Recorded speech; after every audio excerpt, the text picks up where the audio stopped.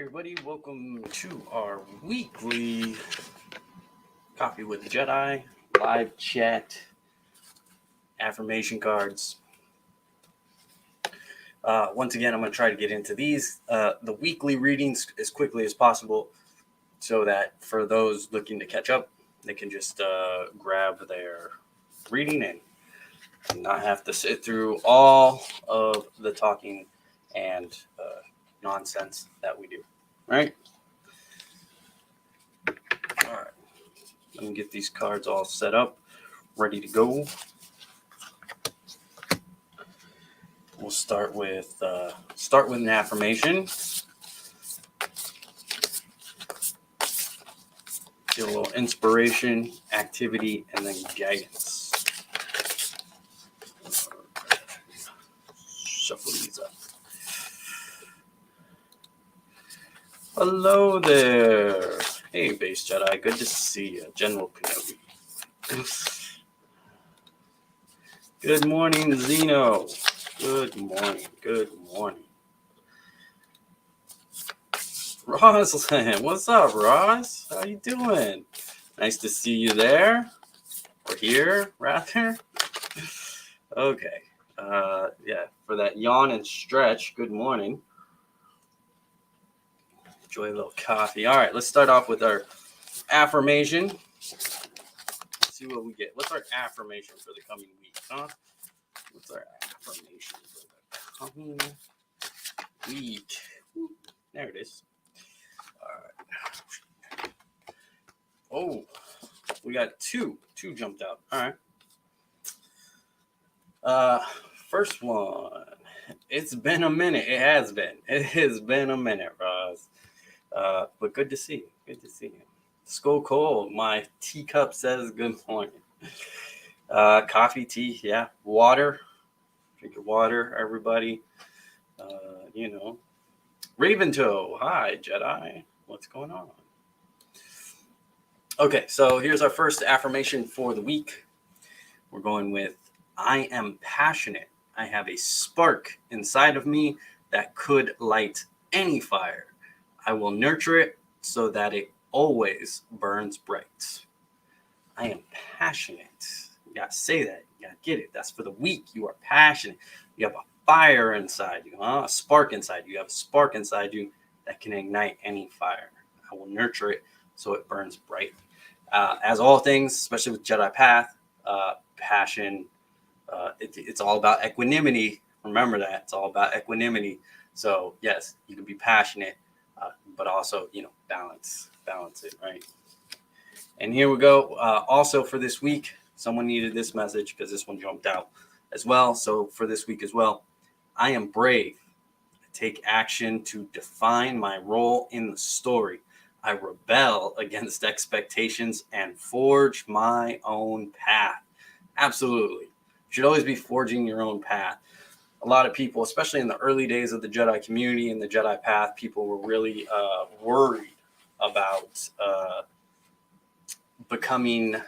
losing their individuality and losing their individual identity, right? And that's why you got a lot of silly things like Red Jedi and Gray Jedi and Sparkle Jedi and Forest Jedi and all these other weird like subsects of Jedi because they were scared that by being a Jedi, you're somehow not forging your own path. You're losing your sense of identity yourself. I think Clone Wars with the clones has shown how that, not necessarily the same case, but tell yourself this week, I am brave, take action, define your role, especially in your own story, right? Define your role in life. This is your story. Life is your story. So define your role and rebel against expectations and forge your own path. You can do all these things. All right. We'll be moving on to inspiration next. Let's see. What do we have here? Man, Florida's been raining a lot down here. We in Southern California could use that. So send it on over. On the bright side, I finally got Cyberpunk. Awesome. That's great. That sounds a little Sith-like. Passion. Nothing would exist without passion. The whole Jedi community, the whole Jedi philosophy, the Jedi concepts, none of it would exist without the passionate work and dedication that comes from the individuals who have put in time, effort. There's a passion there, right? But yeah, it has to be tempered, as all things, right? Equanimity. Feel, but don't allow it to control you. Don't allow it to blind you. Don't allow it to obscure your sight. You know. That card also applies to Anakin and Vader. Which one? The passion one or the brave one? I don't know which one we're talking about because I didn't follow the chat on time. But yeah. Thought they were the passionate ones. Very true. From the beginning until now. Absolutely. It takes time and you got to have passion for that. We're going on to inspiration next for the coming week. You got to have passion for that. You got to have a passion for the Jedi philosophy, for especially if you're in a position of leadership or creativity, creating content, creating lesson plans or any of that stuff, administration, because all that stuff's very tiring. And so you really have to have a passion for the path itself.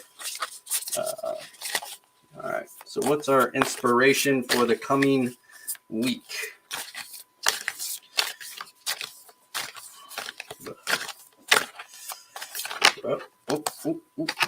Got it. Okay. Both, but mainly passion. Yeah. Yeah, absolutely. With passion, it's important to have it. It's important to have passion, but cautionary tale, Anakin, that allowing it to consume you is ultimately, well, here we go. Here's our inspiration for the coming week. I will not condone a course of action that will lead us to war. A strong leader never compromises their beliefs to go along with the group. I don't like the words never. I don't like the word never in there. It's an absolute, but that's not why I don't like it. Because compromise is important. And just because you're a strong leader doesn't mean your beliefs are infallible. You should always be open to other courses of action. That way you can go through and make sure you're not falling into a false dichotomy, right? That it's one or the other. It's choice A or it's choice B, and that's it. That's all the choices we have. You have to be open to more choices. You have to look for other solutions. You have to be open to that and understanding. But I think with this card, what we can take from this card for the coming week is to believe in ourselves and to have some conviction in our beliefs, and to not just go along with the crowd. Don't just go along with the crowd. Like this other card said about being brave, forge your own path, rebel against expectations and forge your own path, and don't compromise yourself just to follow along. I think a better way to read this card is to go that way, is to say, don't compromise yourself just to fit in with the crowd. That's what you don't want to do. So that's the advice I would take for the coming week personally. But there it is. A strong leader never compromises their beliefs to go along with the group. Again, I would read into that a little bit differently. APBP test with all things. Always apply the APBP test, even for these readings. Okay, next we'll do an activity for the week. Activity cards. Let's see. What is our activity for the week? Without passion, you can't have without the other one. Duty, resolve, valor, wisdom is important. Yeah, I mean, again, let's not fall into any false dichotomies, right? Like two things can be true at once. It's important to remember that. Is this one it, or is this one it? I don't know. Feels like two jumped out at me, so we'll go through two. I like this one better, but yeah, it makes sense. Be your own self. To your own self, be true. To your own self, be true. Absolutely.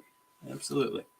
Always. Always. There are some foundational beliefs, and there are things that can move a bit. Absolutely.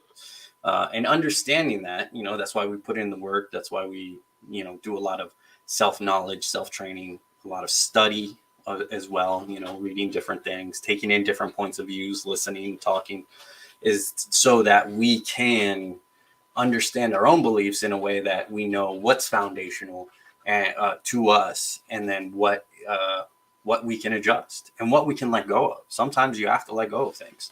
But yeah, so our activity for the week, and then we'll continue on with the chat.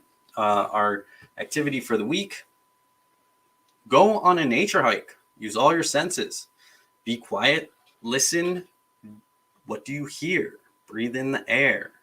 What do you smell? Open your eyes and look around. What do you see? So this is actually a good one.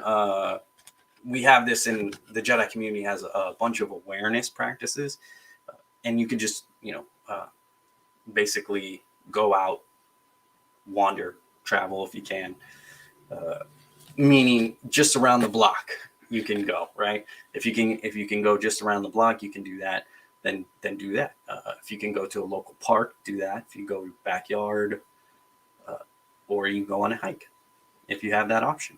If these are options for you, then this is one of your activities for the week. Go on a nature hike and just be aware. Be aware of your surroundings. Really take it in. That present. Be present within the moment. What do you smell? What do you hear? What do you feel? What's the temperature? What's that, right? If you're in Florida, be careful of the gators. That kind of stuff. All right, our other card here, activity. There we go. Sorry, bad with that. Make something new. Build an invention. Just do that, I guess. Or create a piece of art out of things found in your home. Doesn't matter if it works or looks good. The act of creation teaches us valuable lessons. So we've pulled this one before, and I've talked about it. In the Jedi Circle, one of the 5 goals is create. So go out there, create something. It doesn't have to be good. It doesn't have to be something you're good at. I don't care if it's stick figures. It doesn't matter. Draw, paint, write, sculpture, paper mache, crochet, whatever, sewing, whatever it is. As a pencil doodling in the margins of a book. I don't know. Whatever it is. Create something. The act of creation often teaches us valuable lessons. I absolutely believe that. Again, Jedi Circle, one of the 5 goals, create. It's there for a reason. And so our activity for the week, make something new. Go do that. Let's see. Where were we? Chat's taking off. There are some foundational beliefs, right? I think the Jedi are about balance and harmony, so they could have a lot of passion as long as it was balanced with other qualities. Yes, it's always, again, don't get wrapped up in false dichotomies of one without the other. It's a thing. The Sith seems more extreme in their approach. They can be, absolutely. I think they should open a Jedi church. Technically, they have, depending on your definition of church. But they have. I think Chief Chirpawa is in my thumbnail. Let's see. I need to do that. Hello, Naman. Good sir. How are you doing? Good to see you. Oh, goody. I smoked meth with Yoda. He wigged out. That's you should go with ketamine next time. The joke within the Star Wars fandom is ketamine with Yoda. It's ketamine. The problem with churches or any physical organization is that too many cooks will spoil the broth. That is true. That is true. And also, the Jedi path is not conducive to religion, organized religion, because it does not have a definitive deity. The Jedi path is about spiritual wellness and about each individual coming to their own conclusions on what that exactly means and how that's defined exactly. So, and then there's no set Bible, law, rule, book thing. We look at Star Wars, but we use the APBP test to take that apart, right? So people pull different things, as evidenced by the different teachings that can be found. You can look at the 33 teachings of Jediism if you want, but those are going to differ from the Jedi Circle, which is going to differ from the, 16 maxims. 16, I think it is. 16 maxims. 21 maxims. There it is. I got confused with the broken down. So there's 33 teachings. Those are the original, but they started off as 12, and then most popularly 16 teachings of Jediism, and that's what a lot of places still teach and use today. They were created by Jedi Kiddodin way back when. I think we're coming up on 20 years since they've been created. Something like that. All right. What's our guidance for the week? What's our guidance? But yeah, the Jedi path itself, Jedi philosophy itself, is not conducive to organized religion because of its individual flavors. What is our guidance for the week? Whoa, that's way too much. Way too much. I need one guidance for the week, guys. It's too many slices. One. Guys, one. Fine. Okay. Always a good idea. Always a good idea. Here we go. Here's our guidance for the week. Every journey begins with a first step. Have patience when a task seems overwhelming. Start by doing one small thing rather than everything at once. So there you go. Just a reminder that anything you do, you have to start small and work your way up. So that's what it is. So those are our weekly readings. We'll go over them real quick here. And then if you have, if you want a personal drawing, we do personal drawings here. So if you want, you just tell me if you want a guidance, activity, affirmation, or inspiration for the week, and we'll do personal drawings if you want, or we'll just get into general chat. So our affirmations for this week were, to recap, I am brave. I define my own role and forge my own path. I am passionate. I have a spark inside of me, and I will nurture it. Our inspiration is a strong leader never compromises their belief to go along with the group, but more accurately, never compromise yourself to fit in with the group.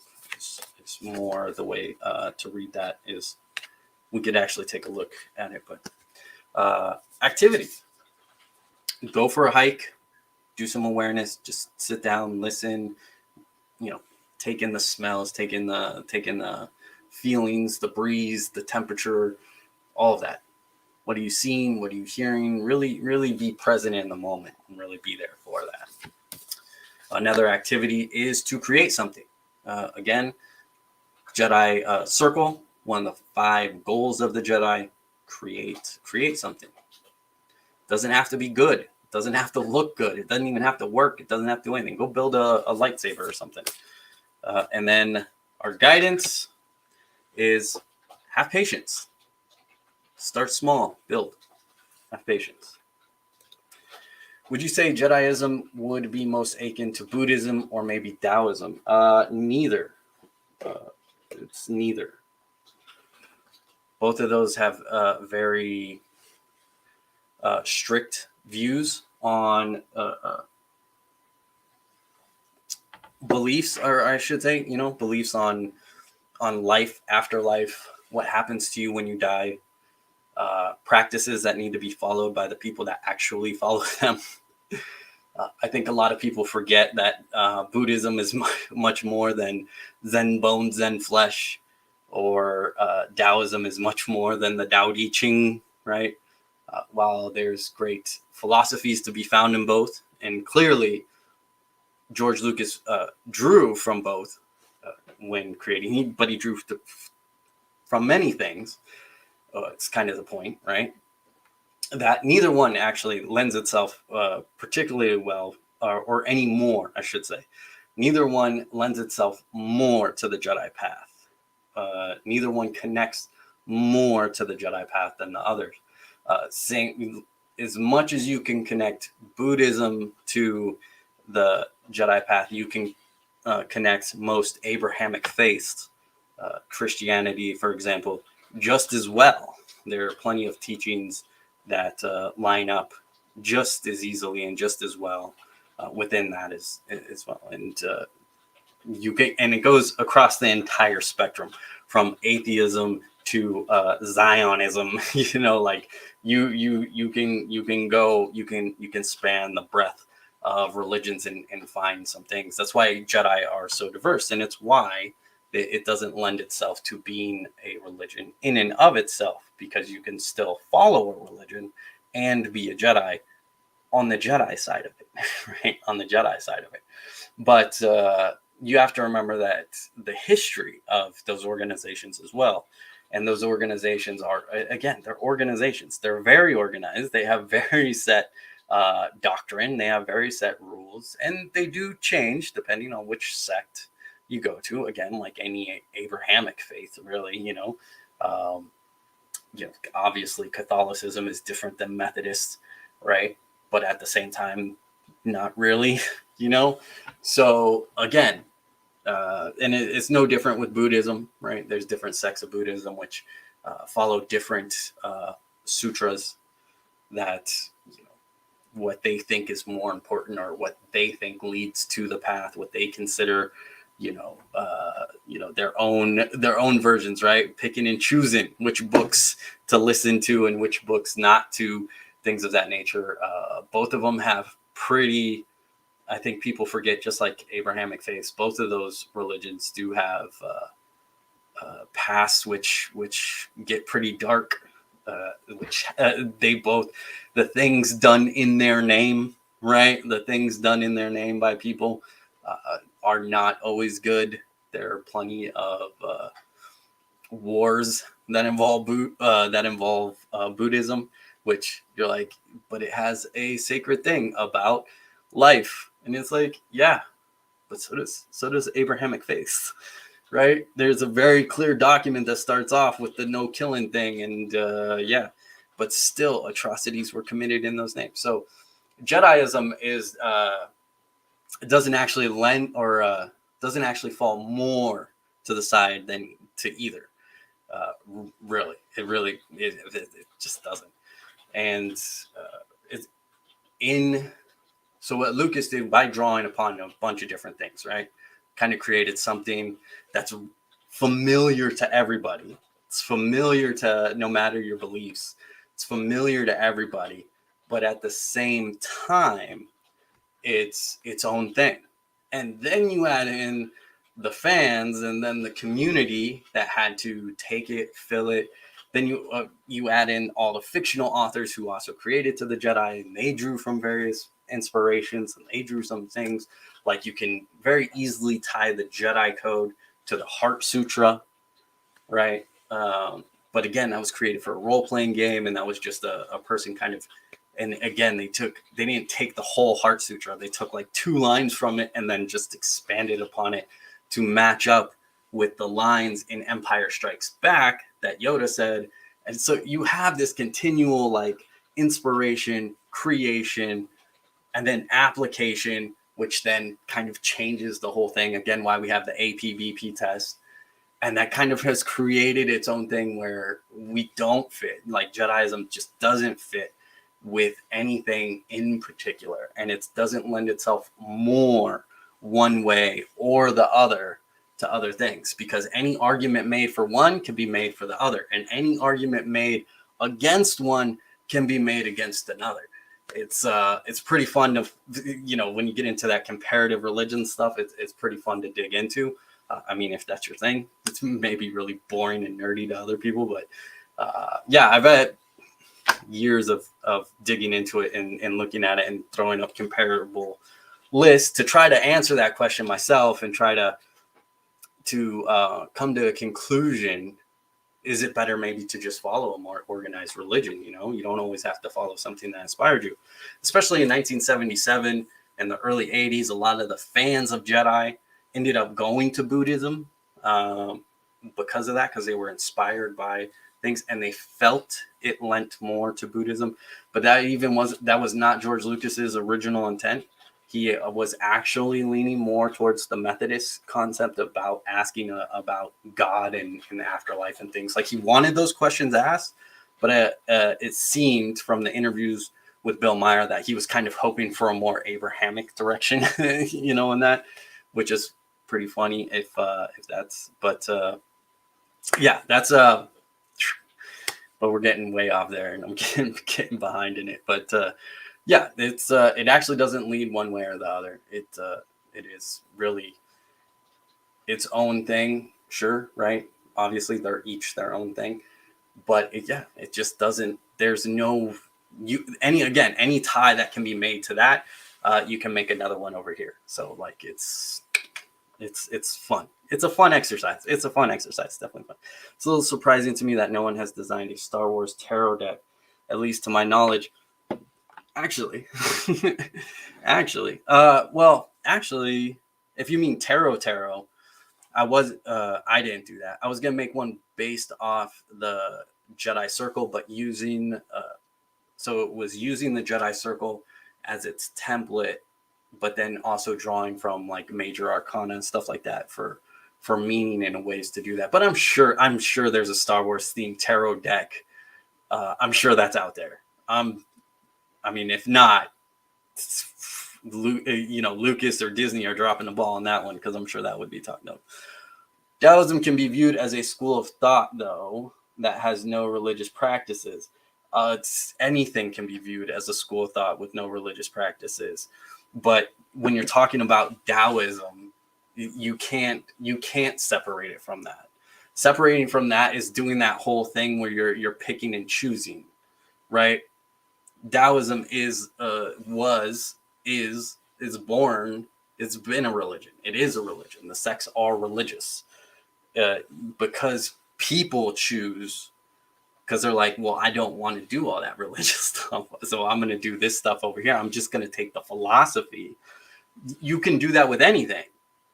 Buddhism can be viewed that way. That doesn't make it so, though. You know what I mean?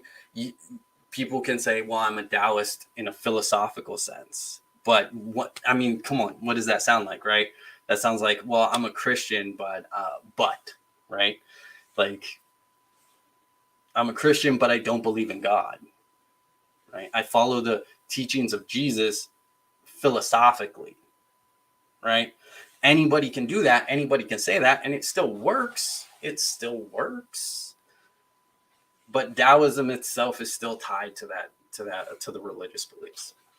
In any of their documents, it's still in the core text. It's still tied to it. When you look at the Tao Te Ching, you're still talking about a deity. You're still talking about a system of the universe, right? As much as the Tao that can be named, as much as you get into it, like, hey, we can't say here's what it is. We're saying this is what it is, because it's unnameable, right? It's ineffable. It's beyond that. It's beyond the comprehension and stuff like that. You're still transcribing a belief. You're still transcribing a belief that says, if you're a Taoist, you believe this. You believe in the Tao, right? Now, yeah, if you don't follow the specific sect of Taoism which holds the Trinity where Lao Tzu is basically like the version of Jesus and all of that stuff. And the Tao is more like the Holy Spirit, and then like it's broken up into its little triumvirate, thing. Like maybe you don't follow that, maybe you're not part of that sect of Taoism, but at the same time, Taoism is intrinsically linked to a divine and spiritual belief, where Jediism is not. Jediism does not tie into a specific universal view of the universe. So an atheist can be a Jedi, right? But an atheist can't be a Taoist, like, because you're automatically negating one of the top principles of Taoism. You're negating the Tao by being an atheist and being like, no, there's none of that. There's not that, right? Then you're automatically negating one of the opening chapters of the Tao Te Ching. So as much as people love to go that route with it's a school of thought, it's a philosophical concept, it's not religious. It is. It's you can't break away, because Taoism is tied to the Tao. Like, right? It's automatic. It's just automatic. Just living in harmony with the Tao already, see? So it doesn't even become an established religion until it was first established as a philosophical doctrine. You're perceiving a difference where there is none. You're perceiving a difference where there is none. As soon as you tie to the Tao, you've tied to a belief in the universe. You've tied into a higher power. You've tied into something greater than yourself. You've tied into the spiritual. The Tao it's intrinsically linked. You can't do anything like that. Hey, thanks for signing up for my OnlyFans. Sure, my pleasure. I don't think I did, but good for you on your OnlyFans, and wish you the best of luck, man. Get that money. I figured there would be Star Wars stars. Come on, capitalism. That's capitalism right there. I don't think there are deities in the original Taoism, though. There is. You're thinking that the Tao Te Ching is the original. It's again, the Tao itself is automatically the thing that makes the universe. You're tied to it. So you could be you can't. The Tao itself is a creation of the universe. An atheist isn't just God. An atheist is science, is human, an atheist isn't someone who thinks that there's this greater plan and this greater source. Atheism is very much that this is all just a happy accident in a sense, that it's all scientifically based, that if you look at the Big Bang and that there's no divine intervention. Taoism is tied to the Tao. The Tao itself is automatically that thing. The Tao itself is everything. It's the universe. It precedes the universe. It is going to be here after the universe, but it is that thing that is intrinsically there. It is the great Tao. It is all things. And so you cannot be an atheist and a Taoist. Those two things do not align, because the Tao is automatically doesn't work for atheism. It automatically breaks it. It's not me separating them, though, into a school of thought and religion. Look at Wiki, dude. It says it right there. All right. So I see you're getting a little defensive here. Chill out for a second, because let me learn you something big. First of all, Wiki, chill with that stuff. I understand that. You're talking to someone who went to school for this. You're talking to someone who's been studying this their entire adult life. You're talking to someone who's been digging into these conversations, these exact questions, since the mid-90s. I've been here. I've been doing this. I'm not talking out of my ass here. I'm saying that it is a perception. When I say you, I mean generalized you. I don't mean you as an individual. I'm talking in general, the you, because you individually aren't the first person with this question, and you individually aren't the first person who has presented this, and you individually are not the first person I've had this conversation with. So when I say you, I am talking universally. I'm talking generally. I'm talking to the hundreds of other people out there who have the same thought. It still can be said about any other religion. As I said, by saying it's a school of thought, it's a philosophy. All that Wiki is telling you, dude, is that a certain number of people have agreed to that thing. But just because a certain number of people have agreed to that thing does not make it true, does not mean it's correct. I could argue right here about the incorrectness of the idea of feminine energy and masculine energy, because it was a topic that came up recently. And for thousands of years, in anything that you look at, especially Taoism, with the yin yang concept that is prevalent throughout Chinese thought, you have this concept, but many other cultures, right, have this concept of masculine energy and feminine energy. And again, I would say that that's perceiving a difference where there is none. And we could get into that whole discussion. Just because there is a history to it, and just because a certain number of people have agreed to abide by that, doesn't make it a reality. It just makes it a shared belief. Now, that all aside, again, my point isn't that a school of thought doesn't exist. My point is that in the school of thought, Taoism, whether you're talking philosophy or religion, is tied to the Tao.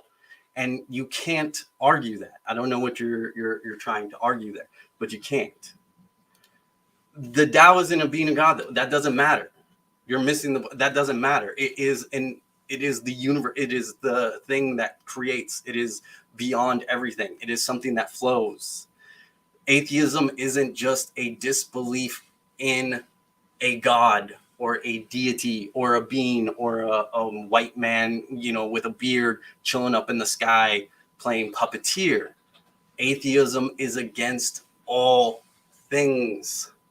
Atheism is against spiritualism. Atheism is against all the things that cannot be naturally explained within the universe. That is atheism. I think you're trying to approach this strictly from a Taoist point of view, and that doesn't work. That doesn't work. Because atheism itself automatically would say that the Tao doesn't exist. As you can see, those two points of view would not align. Melbo, it's good to see you. We're still doing, if you want a reading, let me know. The Tao is just like the Force. The Force isn't a thing.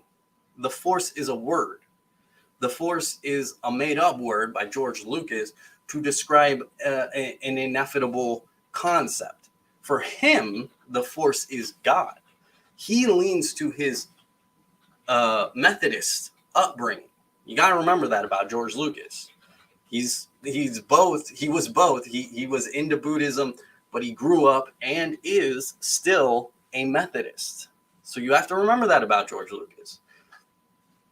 So it's you have to tie that. Again, that's why Jediism does not lend itself to a religion, and it doesn't lend itself to Buddhism or Taoism or Christianity or any other ism or any other religion, is because the Force is just a blanket term. It's just a word. It is a word. The Tao that can be named is not the Tao, right? It is just the word. So for you, the Tao, the Force and the Tao are the same. But for someone else, There are atheist Jedi out there. They would tell you no. They would tell you no. They would say there is no such thing as the Tao. And they would tell you their belief on the Force. And their belief on the Force would be something more akin to the mind concept, and that the human abilities that we are capable of, and the human abilities that we have yet to really fully explore and get to. And they would point to various athletes, and they would point to various people who are able to do what are considered superhuman things. I think there was a TV show hosted by Stan Lee some years ago about like real life superheroes, which explored people who had these pretty cool talents and feats and things that they trained in. An atheist Jedi would lend more that way. They wouldn't lend towards the Tao, is the point. Like the Force, it is not a being to be worshipped. You're again, it's not about worship. It's a supernatural concept. Atheism disavows supernatural concepts. That's I don't know. I've explained this like 4 different times. The Force would act the same way as the Tao. The Force is a blanket term. Tao is yours, man. If that's how you transcribe the Force, if that's how you interpret it, if that's your spiritual wellness, then that's okay. Then that's great. But it's not a factual thing to be debated. That is the essence of Jediism, spiritual wellness. For each person, you, to decide for themselves. To say the Force is the Tao is to disregard other beliefs, is to disregard other viewpoints, is to disregard things. And that's fine for an individual. That doesn't work as a religious organization. It doesn't work to lend itself to being a church. We're not the church of all things are valid, right? It is a concept. The Tao is one concept, and there's plenty of holes in Taoism to poke into. There is no infallible religion. There's no infallible belief. There is none. So you have to understand what you're really arguing, you know. But what you are saying is true somehow, just because you say it. What I am saying is, I'm not claiming a truth. Here's my truth: that Jediism doesn't hold to a singular point of view. What I'm saying is true to me.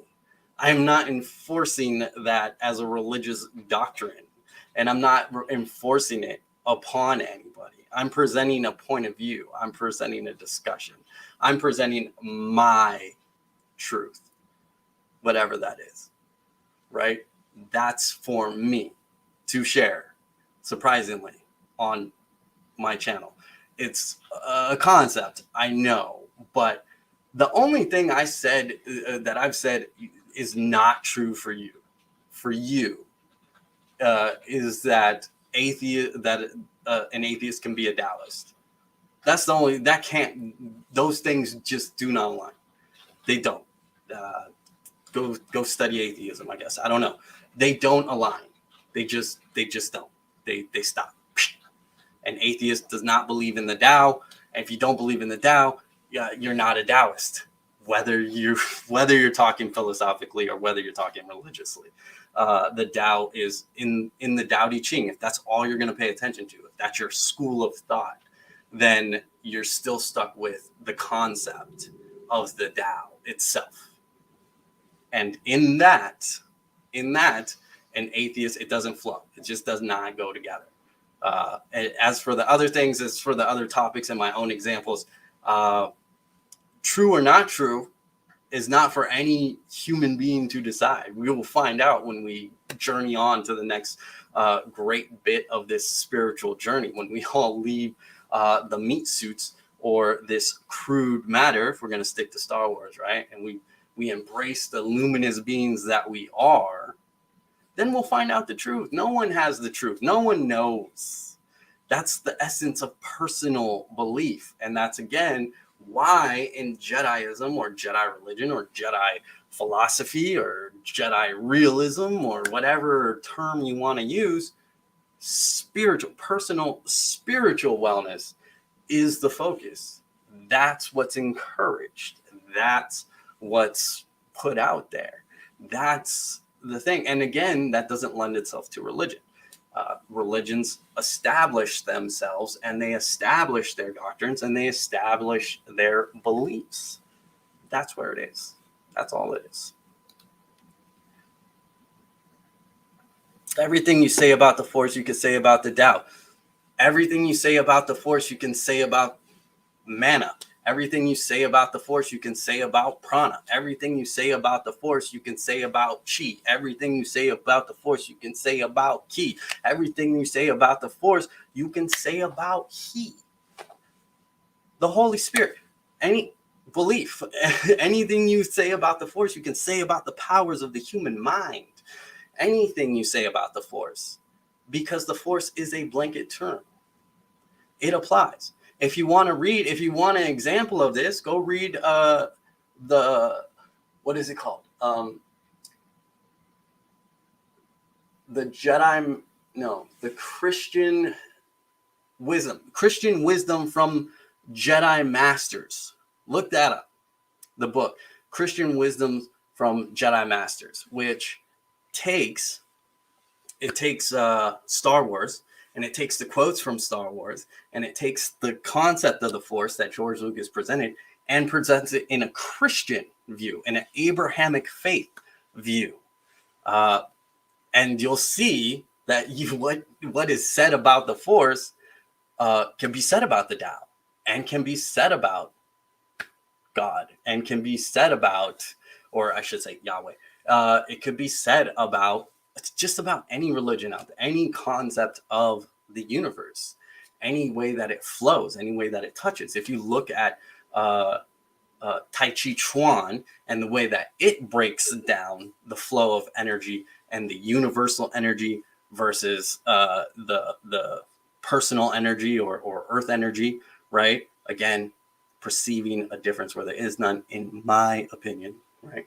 Not truth, my opinion, is there. And that can just as easily describe everything about the Force. In fact, people in the Jedi community have been doing it for years. Go to any Jedi community board and get someone who is a firm believer in their faith, their religion, and they will be able to quote Star Wars and quote about the Force and tie it directly to their own belief system, and tie it directly to quotes from their own masters and their own, people that they look up to, right? It is anything. As I said, when you ask the question, is Jedi more Buddhist or Taoist? The answer is neither. It doesn't lend itself. Anything you say about one can be said about another. And that goes down the board. A to Z, you can find the parallels. A to Z. I mean, you have to remember, first of all, where did George Lucas get a big chunk of his inspiration from, right? Joseph Campbell famously said, George Lucas is my best student. And that's about the monomyth, right? Now, as much as there's critics to the monomyth, it still has a working hypothesis in tying different cultural beliefs together. And that's what George Lucas was working with. And that's what George Lucas was trying to do. And in doing that, and when you start tying different concepts together, and then you put in new terms, and you put in general terms, and you put in blanket terms, and you put in words like the Force, which are not tied to anything, then you can apply it to everything. So again, it does not lend itself more one way than the other. Anything you say about the Force tying to Tao and Taoism can be tied to any other belief system out there. That's just what it is. It is what it is. We aren't believing everything that's been diluted down to the base level of intelligence on the internet. Shocked and amazed. I mean, you can. But no, yeah, we should. I think when you talk about wiki sources, the great thing about them is the cited sources at the bottom that allows you to dig into things. But I also think that you should always go beyond that and dig into books that aren't mentioned, and books that do have academic backing, and people who do have the resume for that. But yeah, a cultural, spiritual exploration, uh, anything can be made into a school of thought. Because people choose not to doesn't make it any less true. Because people choose to do so doesn't make it any less or any more true. And it can be applied to anything. Again, it's a false dichotomy kind of sense. Well, I don't follow the religion, so I don't have to follow this, right? It's like, it is like, again, we tie back to Abrahamic faith with the Council of Nicaea and stuff like that. Who's to say that those books aren't actually intrinsically important? And who's to say that the books that got left out aren't spiritually important for the person, right? For the followers of that religion. Again, we have to. So you have to do the homework on yourself. It's always incumbent upon you to do the homework yourself, to do the research yourself, right? And that means actually doing it. That means actually getting the books and citing the sources and going through it. And again, this isn't a new thing. And I have no problems with the same questions being asked 50 million times by different people, because that's just the nature of any community, and that's the nature of humans in general. This is something that we have tackled for years. Again, since the mid 90s, we have been grappling with these questions because no one wants to put in 20 years of their life and realize, well, I could have just been doing this thing over here the entire time, right? Like, no one wants to do that. Sunk cost fallacy alone would stop people from that, right? It's so you want to, especially as a path that prides itself on personal awareness and the 5 areas of well-being, right? And one of those 5 areas being spiritual well-being, right?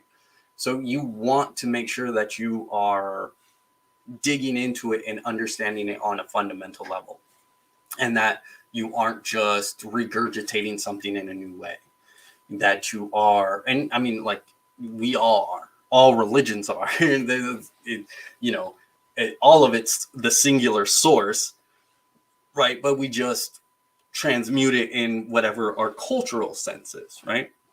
And culture being time period as well as where we grow up, right? So for a lot of us, that's actually Star Wars these days. That's our cultural way of exploring the spiritual. That's our cultural way of exploring different concepts and ideas. So all of that is tied into it, right? So absolutely, we have to dig. We have to dig deeper. We have to dig. We have to really get into it. So the force is completely different for every individual. Absolutely, every person's going to describe it and define it differently. And what's great about that is that we still see the parallels within our own belief. So we see that the connection of it. We see the idea of the 3 blind men describing an elephant by touching different parts. But by discussing with each other, right, you can start to get a better understanding of the complete picture. But none of that will be the original, that original concept or that original idea or that original description. That's just a small piece of the much larger puzzle, and we're a far way away from that, clearly. I think you are defining atheism in a personal way. It doesn't mean they have no beliefs. It just means that they believe in God, in no God or gods. I am defining atheism by the way atheists define atheism. Now, again, atheism is a religion in a sense. It has sects. It has branches. No, you're using agnostic atheism. That's the definition of agnostic atheism. where it's, I don't believe in a God, but that doesn't mean that there's not something bigger out there. That doesn't mean that there's not something spiritual out there. That's agnostic atheism. Atheism in itself is a belief in the natural world. It is a belief in science, if you will. It is a belief in the things that are grounded and tangible and provable, tangible, repeatable results. That's it. You don't, my personal belief, it's not my personal way. Go talk to what's his name? Penn from Penn and Teller. Go look up his videos, look up his stuff. Look in he'll define it for you. He does define it. And he's not the only one. He's not doing his personal thing. He's defining atheists. And because he is such a guiding and, obviously popular celebrity status, voice, he has a strong say in that. And he helps shape it and helps define it. But he is not just speaking for him. He does speak as an atheist for atheism. He's been on TV shows talking about atheism as a whole, atheism as its belief. He's talked about that. It's not my personal way. It's there. It is automatically atheism and Taoism do not make. I'm sorry. I don't know why you're like trying to fight this point so much, but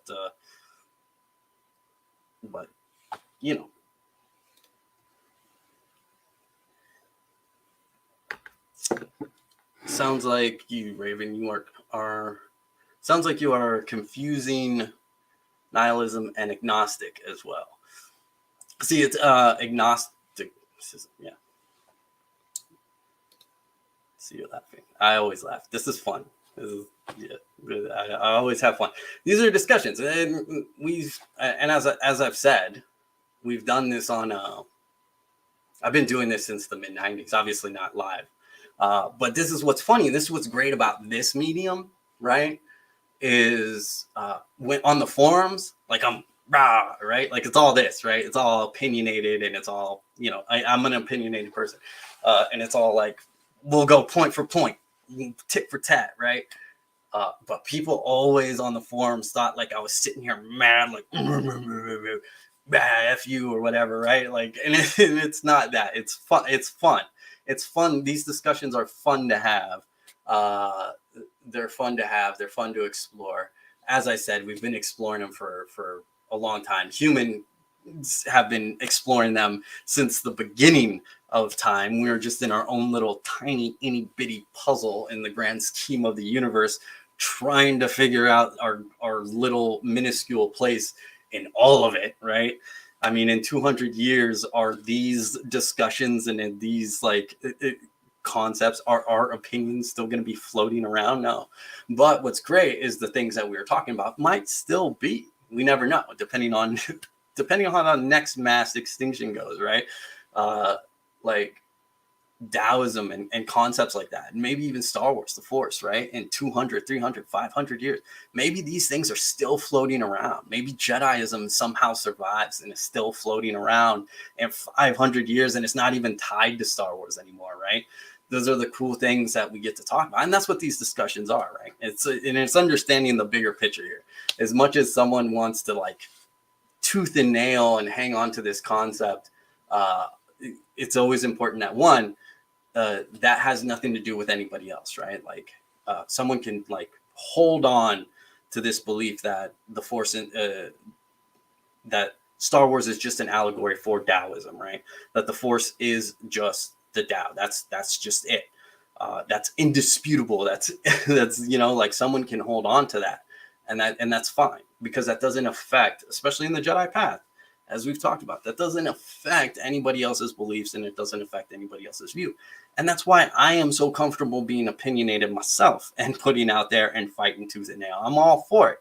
I'm all for these kind of discussions and saying things like masculine energy, feminine energy. Get out of here with that nonsense, right? You perceive a difference where there is none, right? I'm more than willing to jump in this and go a couple rounds, but it's because I don't believe that I'm going to change anybody's mind. And I'm not here trying to change anybody's mind. I'm not trying to convert anybody.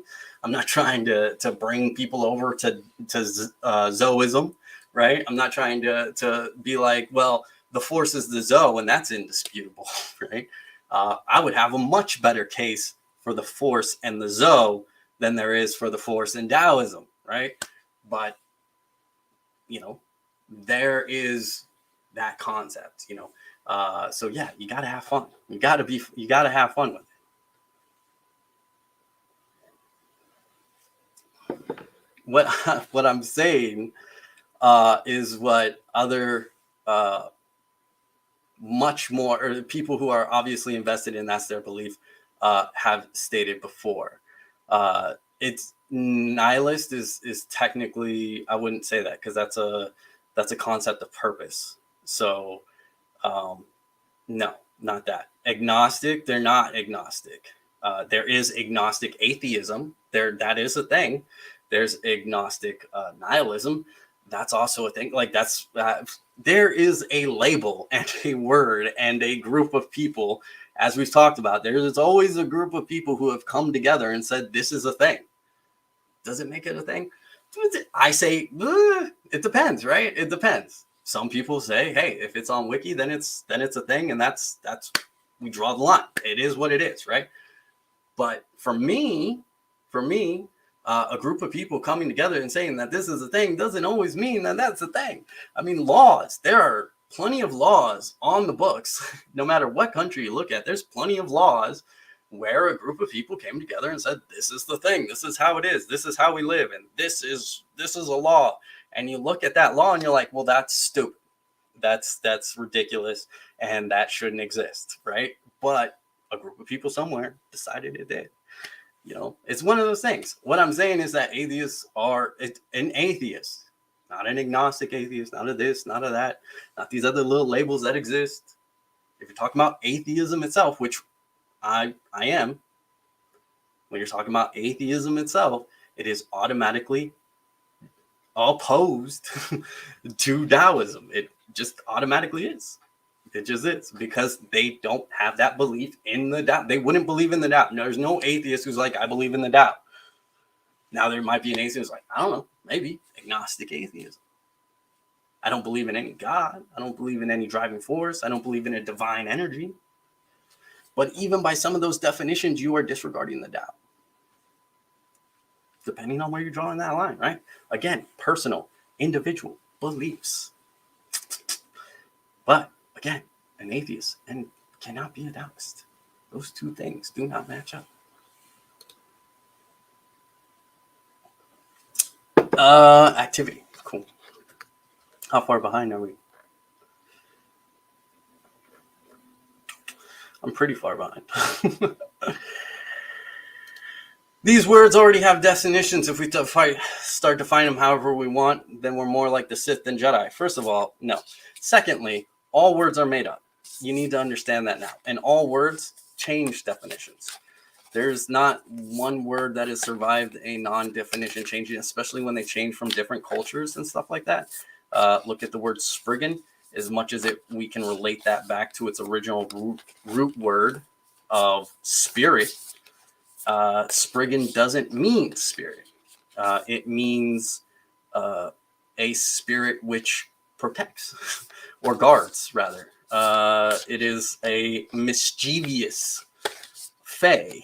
Like spriggans have, just because that, like, words are human creations and by design are defaulted to human things. Now I get it, I do, and no one's changing the definitions of the words. You are somehow thinking that the definition is somehow changing. It's not. These words already are in existence, and I'm using them in the way that they have been in existence. I am using them in the way in which they have been defined. I have not changed their definitions. I have not. I have stayed in line with their definitions. So, first of all, yes, we can. First of all, yes, we can. Is that Sith? No, it's not. It's not Sith at all. I don't even know. That's like a logical fallacy. You're trying to do some sort of weird straw man like argument, and that's just not the case. Because word definition is culturally based. It's human based. It's human creation. It's not even human creation. It's just what's the word? It is sentient creation. So words are defined by the group of people who define them. Like, you should have been around. I don't know if you were for the 80s. You know, everything good was bad. Something was sweet. You know, oh, that's bad, right? Bad was good. What's up with that? We as a culture, we as a group of people changed the definition of a word. Now, obviously, it didn't change the word itself, but it added to the definition, right? And words that don't exist do now, right? Yeet. Yeet is a word. It has a definition. It has a meaning. That definition and meaning may change over time. Kobe is now a word when it wasn't before, and that may change over time. Words change definitions, and it has nothing to do with Sith or Jedi. That's some sort of weird false dichotomy there, and is inaccurate. It's an inaccurate way to go about it. All right. Activity for Mel Poe, if you're still around. Sorry for the delay. And then we'll get back into trying to catch up to this chat. I doubt I will. Share with a friend. Oh man, you already got this one. Are you not sharing with a friend, Melbo? Did you not share with a friend last time? Get out of here. Share with a friend. No, we're doing something else. Already done that one. Melbo, you got caught, man. Not sharing with your friends. Shame on you. All right. Give me an activity from Melbo.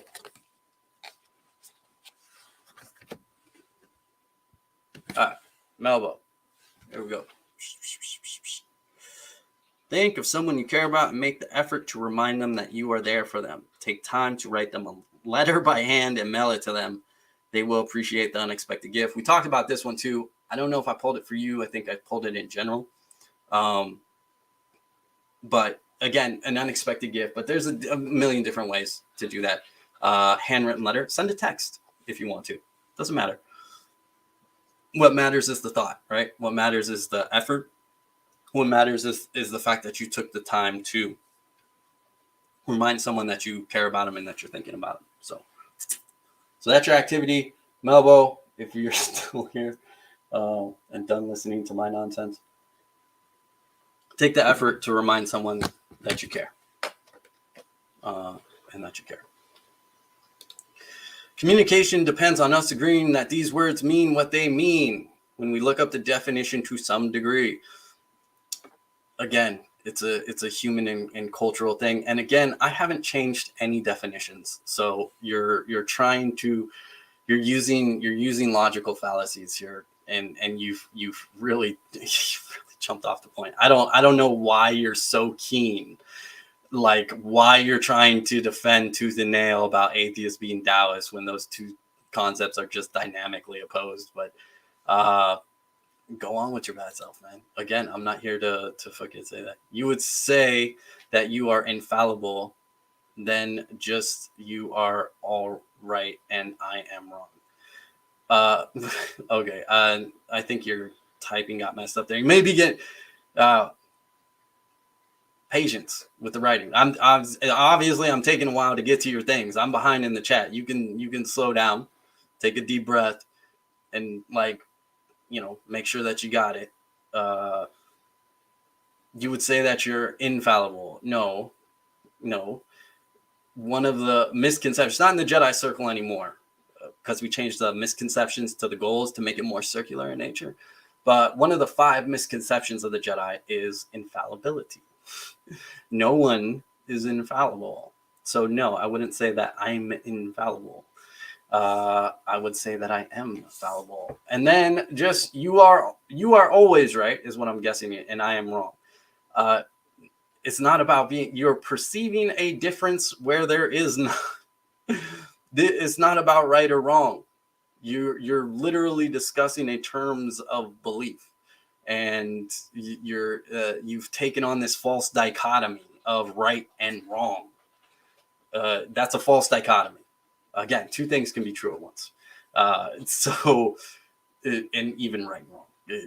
Something doesn't make it always right. Something doesn't make wrong. And I'm not saying I have never once said you are wrong. You individually, Raven Toe, are wrong. I have never once said that. And if that's what you're taking from it, then that's what you're taking from it. And it's not my place to tell you what to take from this. That's on you. You get to choose how to take this however you want. If you want to sit here and think that I'm trying to tell you that I'm always right and that you're absolutely wrong, all I'm saying and all I ever said from the beginning was, one, to answer your question, that that Jediism does not lend itself more to one religion than the other. It does not lend itself more to Taoism than Buddhism. It does not lend itself more to Buddhism than Christianity.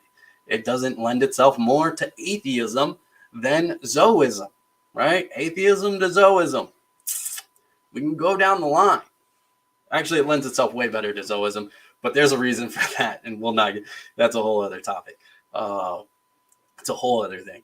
But point, obviously, is that one, I'm not. No one's infallible. I am not the source, man. I have studied it for a long time. I have done my best to commune with it, and as such, I have come to some very different answers than a lot of people. But no one. My point, and I've said this throughout this stream, is that we do not know, and no one knows, and no one will ever know until we get there. The only major point of contention here has been that you have doggedly said that like an atheist can be a Taoist. And I have said those two views are dynamically opposed, and you've wanted to fight that for some reason and be right and wrong. You've wanted to put this concept of right and wrong, which there is no there's no being right or wrong when it comes to these things.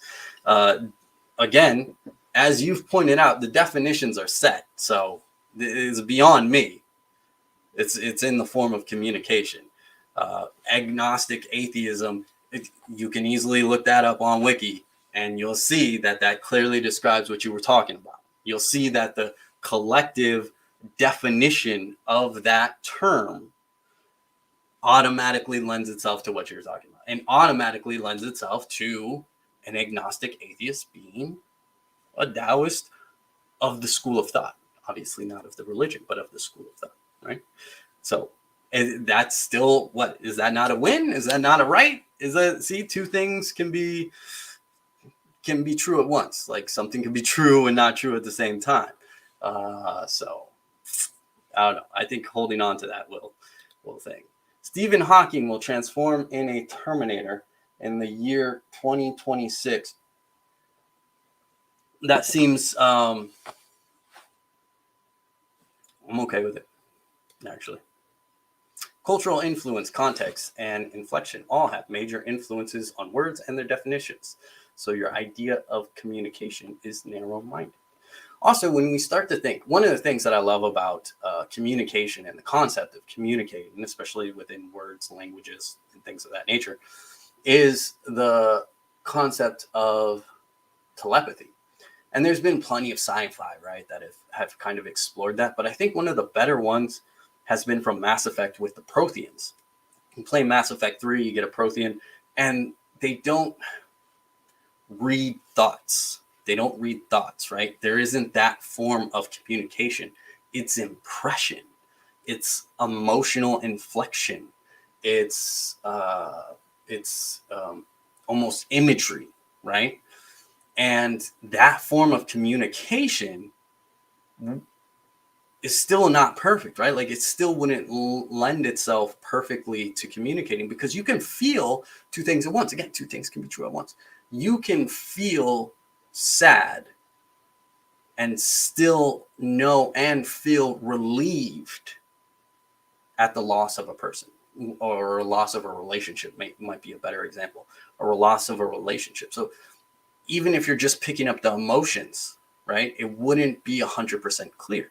Yet we know these emotions are pretty well defined. We know what sadness feels like. And if we're able to pick up on a person's sadness, we can understand that they're sad. But also, that doesn't mean that they're not happy and that they're not good and that they're not at the same time relieved, right? But it's hard for us to really like peel apart all the different complex emotions we're feeling in any given situation, right? Also within Mass Effect, you have a species that speaks in, because they communicate through almost pheromones and color signals and things of that nature. Well, there's two. There's one that uses color, and there's another one that emits like pheromones and such like that, that their own species can pick up on, which allows them to understand their communication better and their words better. Where we use emote, where like I like to be emotive, right, to kind of show where I'm at, and to show how I'm approaching this. They don't have that. They use the pheromones. So when they speak to people who are not of their race, they make specific things to try to be clearer in communication. Again, it's a very cultural thing. Communication will never be perfect. Communication is always going to be this broad concept that's ever changing and ever evolving, and that's ever moving forward. So we can't.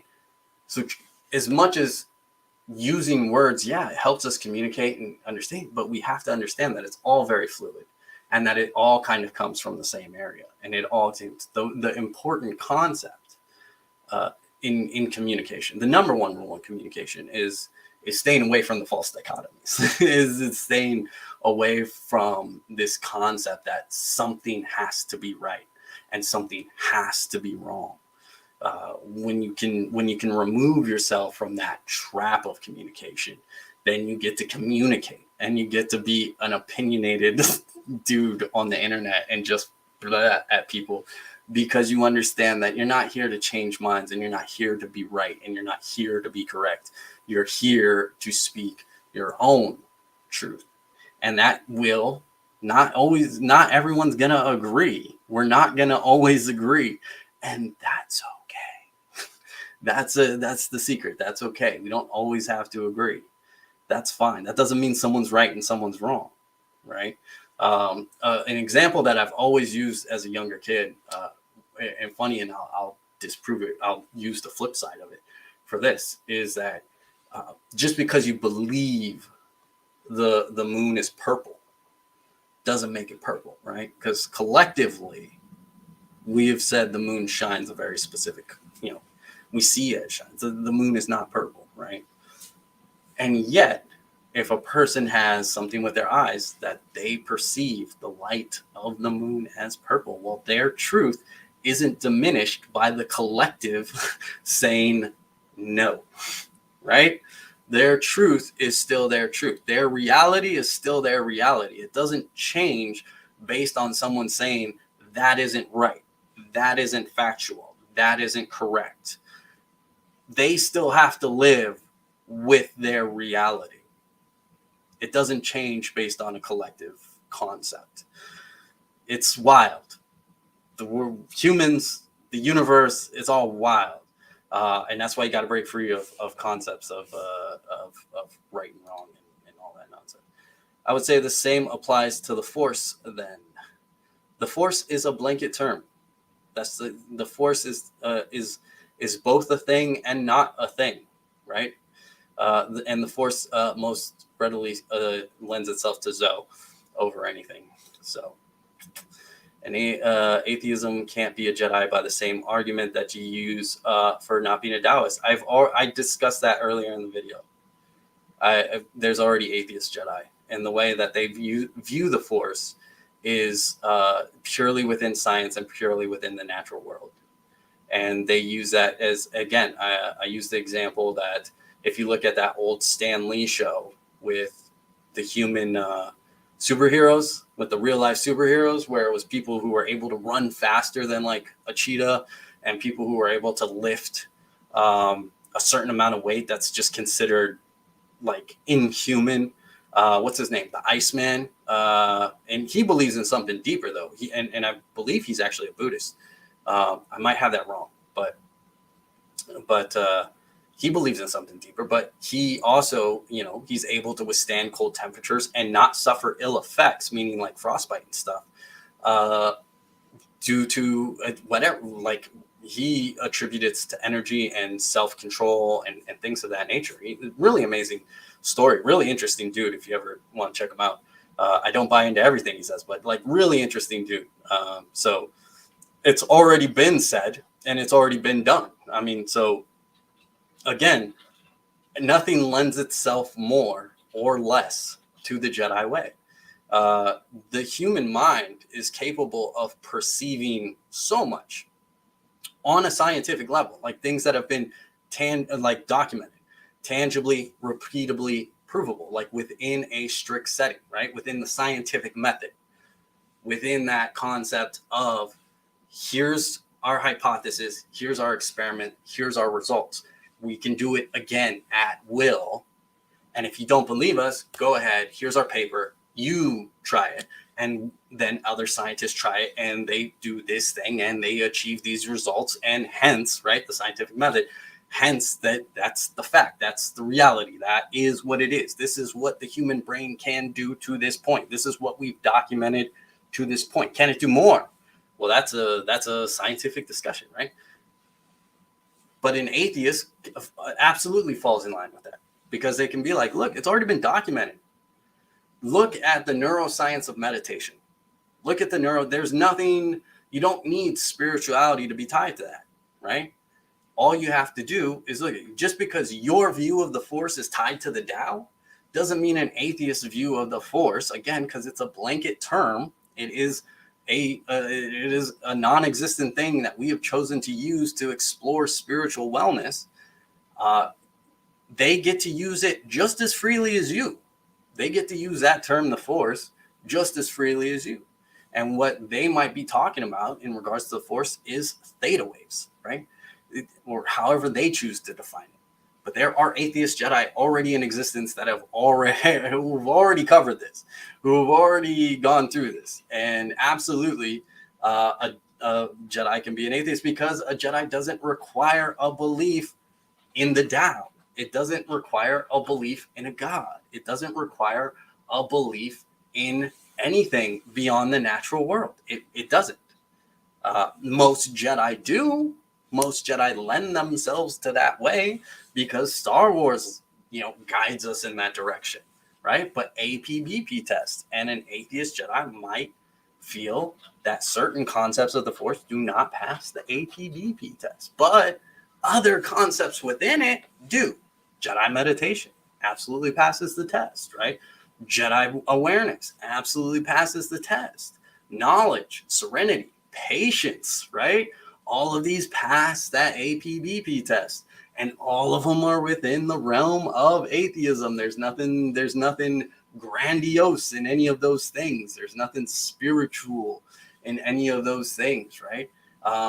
Which is that funny thing about atheism is in pure atheism, if you want to try to get definition and stuff like that, is that there's this concept of, by removing all that, you really do, it's a spiritual thought, right?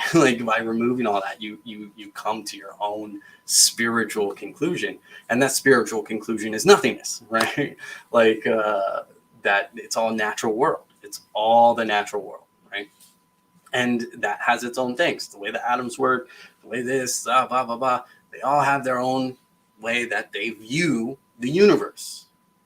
But none of that precludes itself from being a Jedi, especially since the majority of the Jedi path isn't about the Force. It is about the philosophy. Because the Sith had the Force, the Sith had lightsabers, the Sith had robes, What defined the difference between Jedi and the Sith? Philosophy. That's the defining factor, right? So, yes, absolutely, an atheist can be a Jedi. It's already been done. So there you go. Again, that depends on your definition of the Force. And as we've already discussed, the Force is very personal. It is not for anyone to say what the Force is. It is ineffable, right? For you, the Force is the Tao. For others, it is not. So you're holding on to your view, thinking that that's the view. That's what the Force is. The Force is the Tao. Ergo, an atheist can't be a Jedi because you automatically remove the Force from that equation. But that's only in your view of the Force. Make sense? Okay.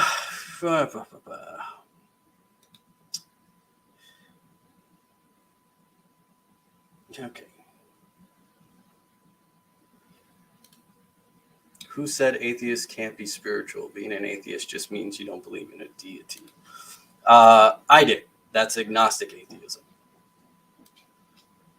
which by definition is agnostic atheism, and then you have atheism. So that's me. But when I read about Jediism, I found my place in this crazy world. There you go. That's what's up, right? Yeah. There you go, man.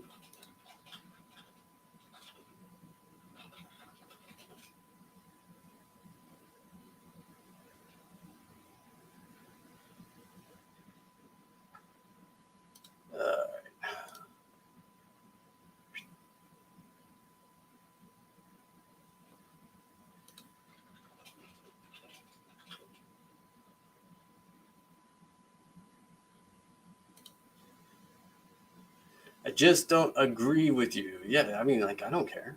No one has to agree with me. Okay, there we go. Catching up.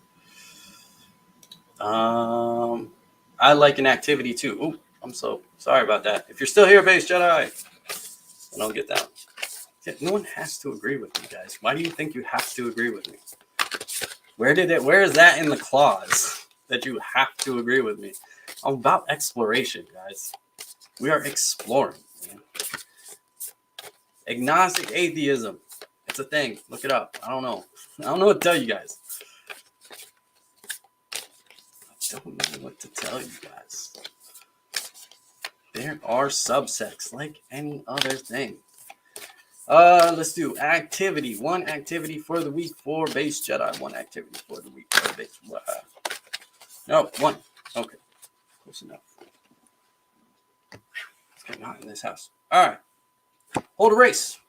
I don't know. Did we pull this one for you? If we did, we'll do a different one. Let me know. Hold a race. Any kind will do. Push yourself to go faster than you ever have before. Doesn't matter who wins as long as you cross the finish line with pride. And again, I know we've pulled this one before because we talked about different kind of races. We've talked about like racing to do chores or like holding like, and again, racing yourself or something like that. Racing yourself, racing your friends, family, anybody of that nature. You can race.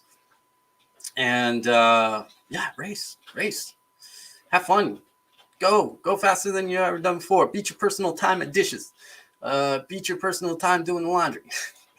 Run around the block if you can do that. Grocery shop, getting gas. Don't drive fast. Don't go over the speed limit. Don't be reckless. Be a Jedi. Be smart. Be safe. Be safe, but yeah, any kind will do. Hold a race. Go have fun. All right, there we go.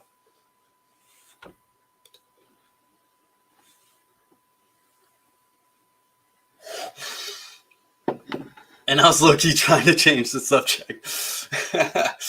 I thought you didn't have any friends. Melbo, what's up? See, you holding out. Yeah, you holding out. Well, you just send a message. I mean, like, all it takes is a text, right? Like, to be like, hey, just wanted to let you, or a meme. I do that, with one of my former apprentices. Like I'll send her a meme every once in a while just to let her know that I'm still here. And she's like, I'm still thinking about her. Like, sometimes that's all it takes. But yeah, good. Yeah, go say hi to someone. Well, I just did what the cards told me. I was brave, passionate, and didn't go along with the group because of it. I am not a group. I am not a group. But sure, yeah. Yes, you did. Can't deny it. Would go against my ideas, and if I keep doing that, I'll get booted from the Jedi channel. I don't know what that sheltering. What, a Discord channel? I guess I don't know. And if I keep doing that, I'll get booted from a Jedi channel. You won't get booted here for disagreeing. I just don't agree with you, LB. Agree to disagree. I mean, this concept of right, wrong, agree, disagree is a little too false dichotomy for me. Just believe what you believe. Like, that's all it is. But yeah, it's again, I'm not the one making it up. So I'm not sure what you're agreeing or disagreeing. I'm assuming the definition of atheism is what we're disagreeing on, which again, like I couldn't care less.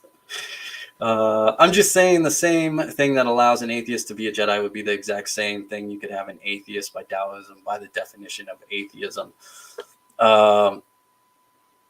Again, no, because that is using your definition of the Force, which is the Tao, and that's just your definition of the Force. If an atheist can be a Jedi, then an atheist can be a Taoist. I can't put it any more simply. And I can't put it any more simply either. Because, again, you are subscribed. It's not even, oh my God. It's not even the thing. You're holding on to the Force as the Tao. You need to, for this discussion, you would have to remove that. But you're not removing that concept. You're saying that the Force is the Tao. Ergo, if an atheist can be a Jedi, they can be a Taoist. But that's incorrect, because an atheist Jedi doesn't hold the view of the Force that you do. Do you understand? They don't hold the view of the Force that you do. It's not like the Tao. An atheist Jedi does not view the Force like the Tao. I have trained a few at my academy. This is why I'm very comfortable in saying we have gotten into this discussion. We have dug into it. When I was training at Jedi Living, I had more than a few because they had that worry too. And then I had, they didn't, the two didn't.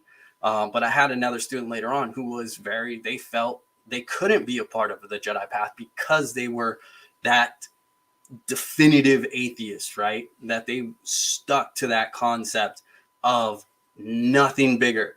There is nothing bigger.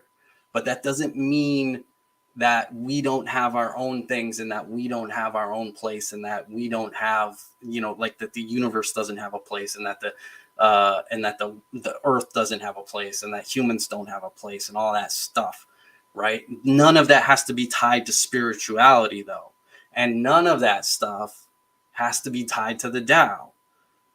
It's as simple as that. You're confusing the two. And I have no idea why this is such a nail for you, but the fact is that it's not, because you are prescribing the Force as the Tao, and you're not removing the concept that the Force to someone else is something different than how you perceive it. The Force isn't the Tao. It's not automatically described as the Tao. The Force that can be named is not automatically not the Force, right? That's not how it is on an individual level. That's not how it is on an individual level. People are allowed to view the Force in different ways. As an atheist, they don't view the Force as the Tao. That's what it is. So it's not the same argument, because you're assuming that by being a Jedi, they automatically believe in the Force, and by automatically believing in the Force, they automatically believe in the Tao. But none of that is the line of thought, and none of those things connect. All those things are different. Each of those are an individual choice. Each of those are an individual belief. Each of those is an individual conclusion. One can be an atheist and a Jedi and not view any spiritual ties to the Force. The Force does not have to be supernatural in any sort of way. It doesn't need to be energy. It doesn't need to be a deity. It doesn't need to be the Tao. It doesn't need to be the universe. It doesn't need to be anything but what the individual Jedi chooses to define it as. Hence why Jediism does not lend itself to being a religion.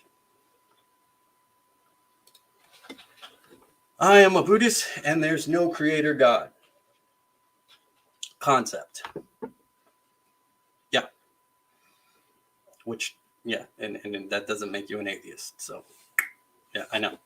You're good. Oh, Albert Ortega, you are absolutely. Different schools of thought of Buddhism. I love it, by the way.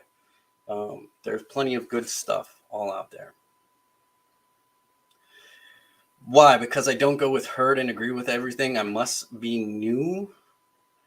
No, because you're tying to things, or my guess is that you're tying to things that have been discussed for years.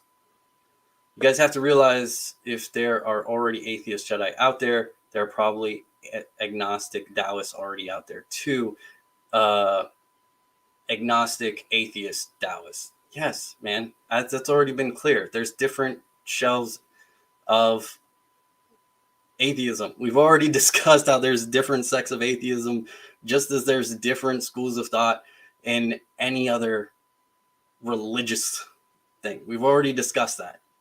We've already discussed that. That doesn't change the fact that atheism and Buddhism and Taoism is dynamically opposed. So.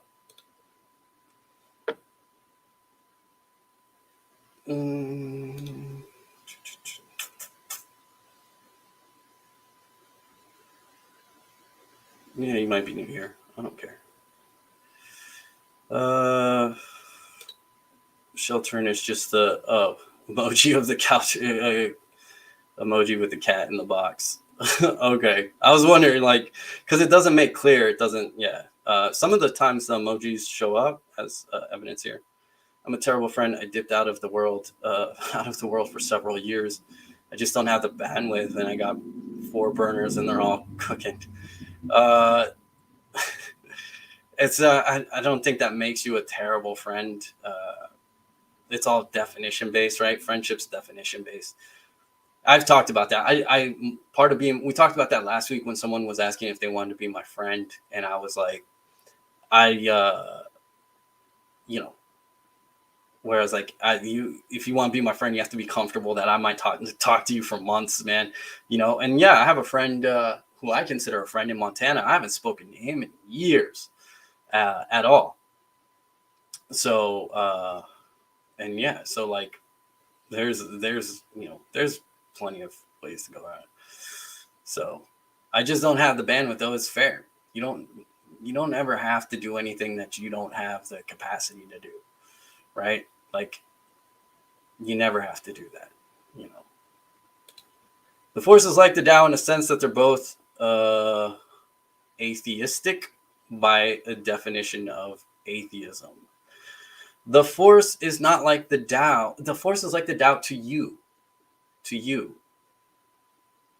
This is the concept that you're not grasping. This is the concept that you're missing the point on. The Force is a blanket term.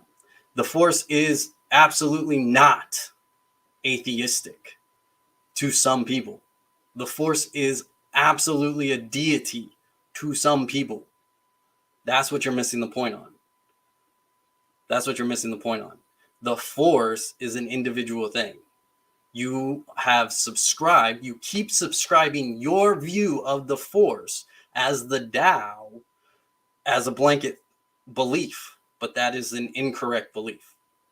Not incorrect for you, incorrect in the terms of Jediism. The Force is individual. So absolutely, there are Jedi who believe that the Force is a deity. Now, some, it's a blanket term for their own deity that they already believe in, right? For them, it's a blanket term of like the Holy Spirit or some or the energy of the gods acting through humans or through the world. There are more. There's plenty. It's individualistic as they are, as many Jedi as there are in the world. That's as many views on the Force that exist. It is not this or that. That is the point. That is the point. And I think that's where you're getting caught up and you're getting weirded, like getting like on this topic. The Force is not the Tao. It is for you. It is for some other Jedi. It is for thing, and it's not for everybody though. Not everybody views it in that way. And the Force is a deity in its own and of its own. It is the driving hand. It is the creator. It is the beginning and the end. It is that thing in the universe. People use the term the Force in that way. They don't use any other names. They don't use any other beliefs. They only use the Force. And yet they use it in that very deity sense, in that individual being sense, in that sentient sense. The Force's plan, the Force's will, the Force's creation. There are Jedi that believe that. So again, no. Again, no. You are like this right here. The Force is like the Tao.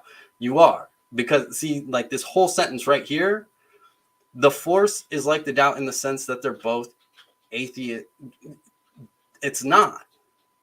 Because and you are identifying with it because you're tying them. Just saying they are both similar in the sense of not being, see that, yes, you're saying that. You've taken this concept, but that is not the concept, right? That's not the concept. That's not the full belief. That's not there is no end all be all to the Force. There are very much people who believe the Force as a deity, as its own entity, as its own creation, as its own creator, as its own will. Not everybody has the same beliefs. Yeah. No, we can't. We can't. That's literally the point. We can't. That's again, Jedi path is not does not have a definitive view on the Force. The Jedi path does not teach a definitive view of the Force. The Jedi path teaches spiritual wellness. That is for each individual Jedi to determine for themselves. And there are a lot of answers.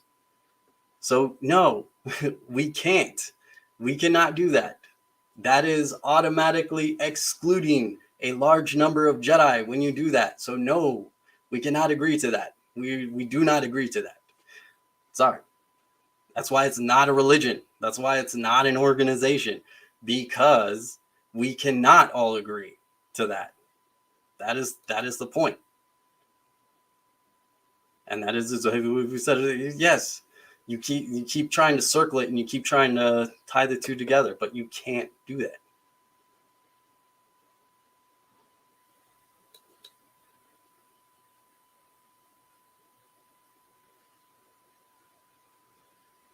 Okay, we can agree to disagree then if people are saying the Force is their new deity. More power to them. Yeah, man. Like that was you could have said that an hour and a half ago. You could have done that an hour and a half ago. Like, when I originally said, like an hour and a half ago, when I said Jedi does not lend itself to one more than the other, when Jedi does not lean one way more than the other, and when I very clearly used Abrahamic faiths as an example, which are very deity driven, where I used Taoism's religious sects as an example, like, you know what I mean? We've already covered that the reason why, and again, this was said in the very beginning, the reason why Jedi is not a religion, it doesn't lend itself to a religion, because someone asked there should be, or someone said there should be a Jedi church. If we go back, we'll look, we'll see someone said there should be a Jedi church. I said that there is, technically, more than one, but that Jediism does not lend itself to being a religion. And that's because there is no definitive view on the Force. There is not a definitive view on that. And that it is about spiritual exploration and for each person to find their own spiritual wellness. And that's what it's always been. That's where it's always been, is that concept that we have to dig into it ourselves. And we have to understand what the Force means to us. What are we using that label, the Force, to describe? What is it to us? What is it? How does it relate to our lives? Does that pass the APBP test? And if so, like, how do we actually live by that? How do we actually manifest that into our lives? And how do we present that to others? That's the number one thing, right? Is the spiritual connection and the spiritual wellness. And understanding and accepting that in pure atheism, that they can be a Jedi, and that is a credible answer for the Force, is a step in the right direction. Understanding that when people deify it, that is an acceptable answer. Understanding that when people tie it to the Tao and use it as an interchangeable term, that is an acceptable answer. All of that is acceptable. What's not acceptable is enforcing a view onto others.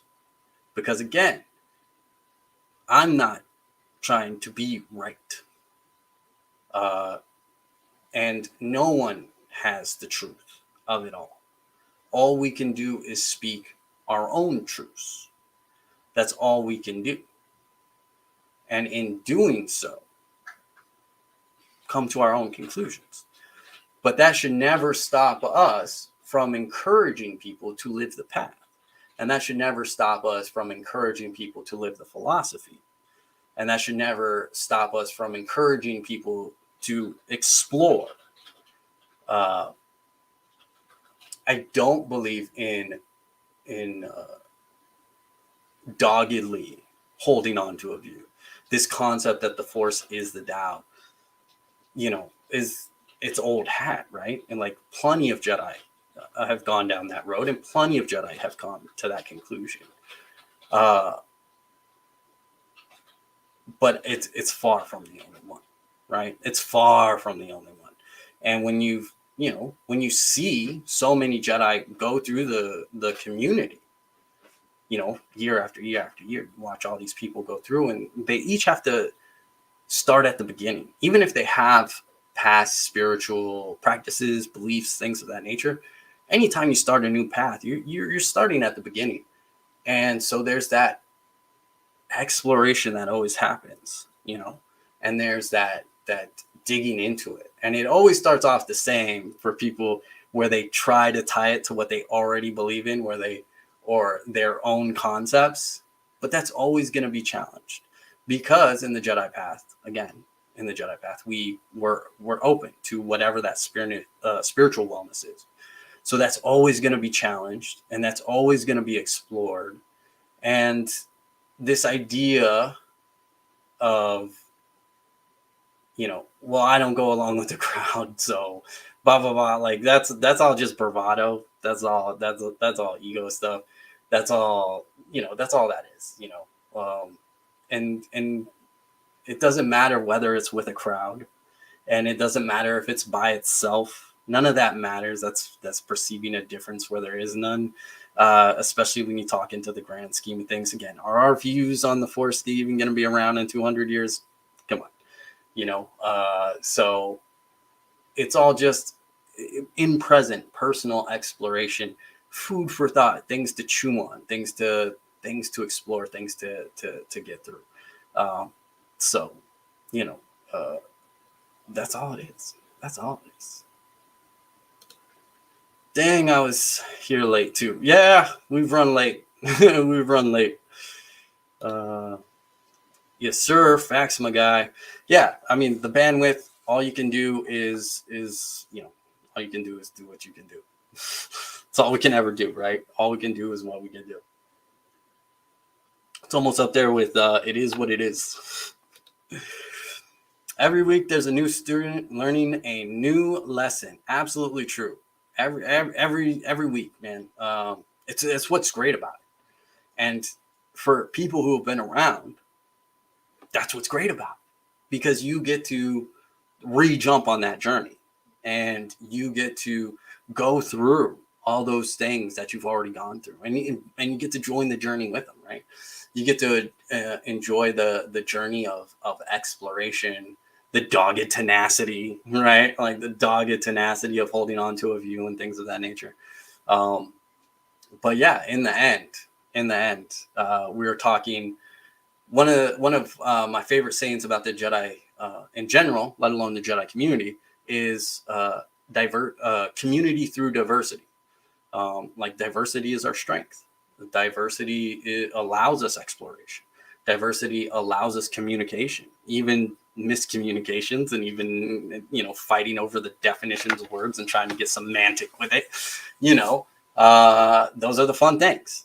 But at the same time, like it's all a journey. We all get to go through it. It's always fun to do, uh, and in the end, it never stops. We never stop. And that's the fun thing about it. There is no stopping. There is no I've learned everything there is to learn. That's impossible, right? No human can do that in a lifetime. Even if they pick one subject, there's always growth. There's always things to be had. There's always a next level to be discovered. Whether or not we're lucky enough to discover it is always the question. But there's always new things, old things that were forgotten, that we get to bring up and explore. It's a journey. And absolutely, there's always a new student every week starting a new lesson and digging into that and digging through their own what they bring to the table, their own culture, their own time frame, their own how they grew up, how they studied, the things that they were raised in, their own cultural view. And then we get to explore that and hopefully even break it apart. I think all good learning breaks it apart. I mean that's one of the things that I really enjoyed throughout my time in the Jedi community, and even present, especially when I started, but even present, is that you get a chance to break down old ideas. You get a chance to really challenge your current concepts and even your future concepts, like the ones where you're like, I wonder if this is a thing, and you get to put it out there and you get to explore it with other people who are like-minded in a sense. They're like-minded philosophically, right? It's not always like-minded spiritually, as we just covered for the past 2 hours, but it is like-minded, philosophically. Peace, knowledge, serenity, harmony, right? Like those are the things that we really like attach to.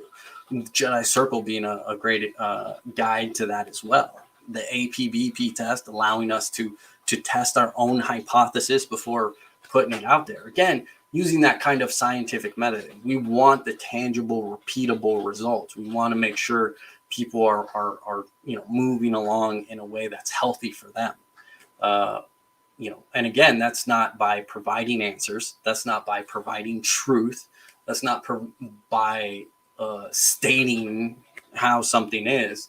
but by exploration, by digging into something, by digging into a topic, by exploring it. So, yeah, it's always fun, and it never stops. Like even for yourself, it doesn't matter. I've been here, I don't know, 30 years or so, and it just never stops. The learning never stops. There's always something new. There's always new books that have existed for hundreds of years that you maybe missed out on or something of that nature, and just things like that. Like there's always something to explore, and then fresh eyes is always fun. It's always fun, and it's always good to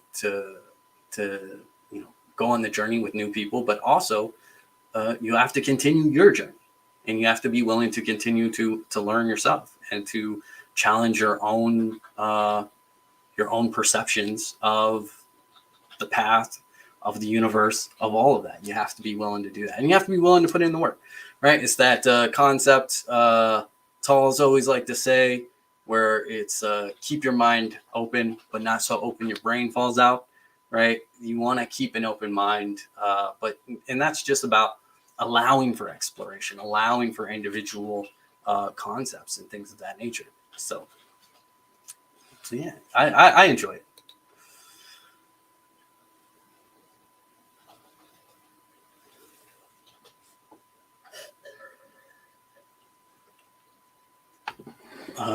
When I joined you, I was but the master. I am the learner. We're all masters and learners. Again, man. I mean, like that's the thing with me, right? I've said it, how many times for the past 2 hours, right? Like, two things can be true at once. Two things can be true at once. We work in a world of false dichotomies, especially if you live within the United States. But you see it all around the world. You see it politically, you see it spiritually, you see it individually. We see it in our speech, we see it in our communication. This concept of a dichotomy, like one or the other. It has to be one or the other, and that's never what it has to be. And when we can elevate ourselves beyond that, like we get to enjoy it much more. I think we really get to enjoy just the journey much more when we can really appreciate the duality of it all. But it's not a duality, right? It's beyond duality. That's a false dichotomy even too. Like when you can just enjoy the yin yang of it, if you want to go that way, right? Like all of it intersect together, right? It's a complete whole. I think too often we get caught up, of course, like the yin yang symbol's famous for it, but its entire concept, its entire being is about the whole. I've always viewed it as a commentary against duality, funny enough. I mean, not always, that's an incorrect term. But, my view is definitely that it's a commentary on false dichotomy rather than an exemplification of it. But again, that's my view, my worldview, where it's about the wholeness. That's the reminder, is that perceiving a difference where there is none is, I think, where we get caught up in the human world, in our society in general. We get caught up in this left, right, blue, red, right, wrong, kind of concepts, and we've kind of forgotten the importance of just doing the journey and just doing the exploration, just kind of going through things and sharing things and presenting our own stuff, and like really digging through it, digging into it. That's always good and important. But yeah, like really just digging into it and kind of getting in there. And that's all a part of it.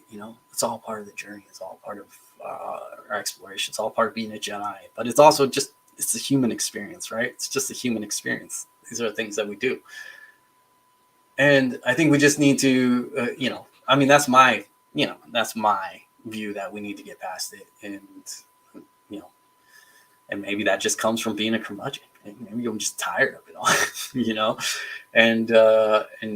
but who knows? We've been doing this for a long time. All of us have been exploring our own natures our entire lives, right? Each of us have been trying to dig into our beliefs our entire lives. Some of it's worked, some of it hasn't. Some of us have been, traumatized by certain religions. There's, religious trauma that a lot of people have had to deal with, and the Jedi has offered a refuge for that. And I think it's important that we allow that and we continue to. And I think that's why I've always kind of stood against Jedi as a religion, not in a personal sense. I fully endorse anybody who views it as their personal religion, but in an organizational sense. Because as soon as you get into an organizational sense, you try to impose truths, you try to impose beliefs instead of allowing for that individual exploration, which again can challenge your own views and things of that nature.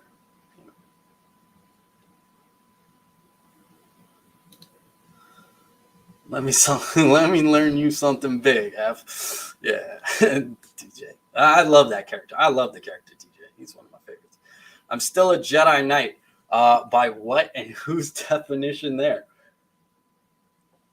That's a fun one. That's a fun topic. That's one we could go another 2 hours on. That's what I think of a lot of science ideas like Big Bang or super strings. They are letting their brains fall out to get things to make sense that they have no idea about. I don't know about that one. Big Bang itself violates its own laws. It's an action without a reaction.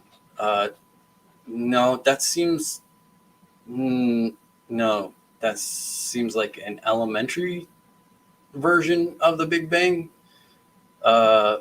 I don't know. I recommend Neil deGrasse Tyson's Cosmos.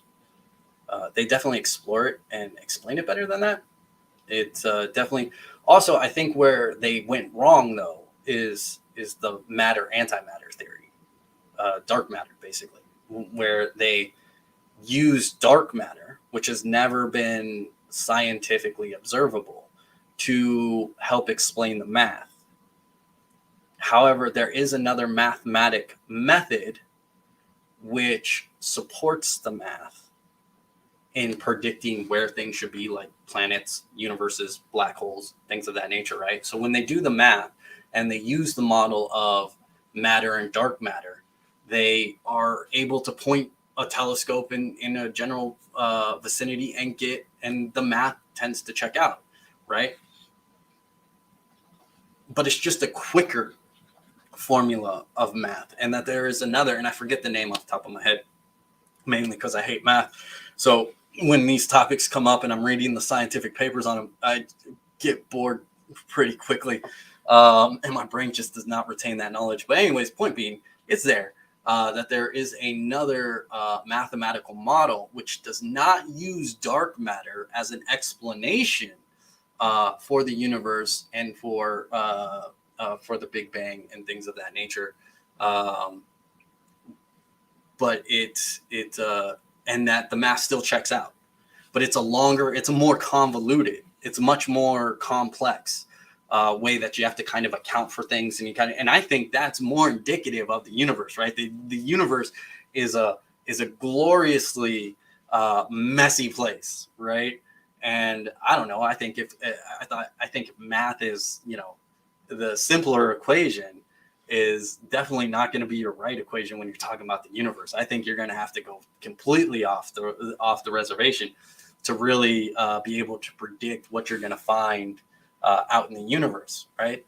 So there is a mathematical model that doesn't use dark matter in its theory, which still lends support, and the math still works out in relation to the Big Bang itself.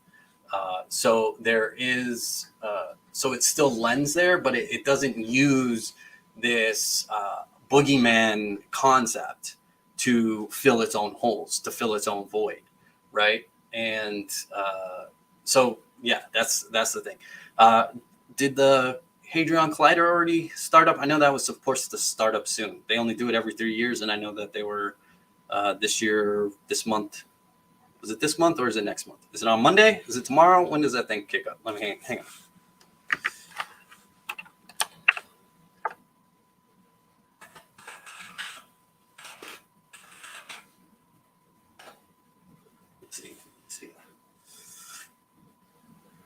Restart.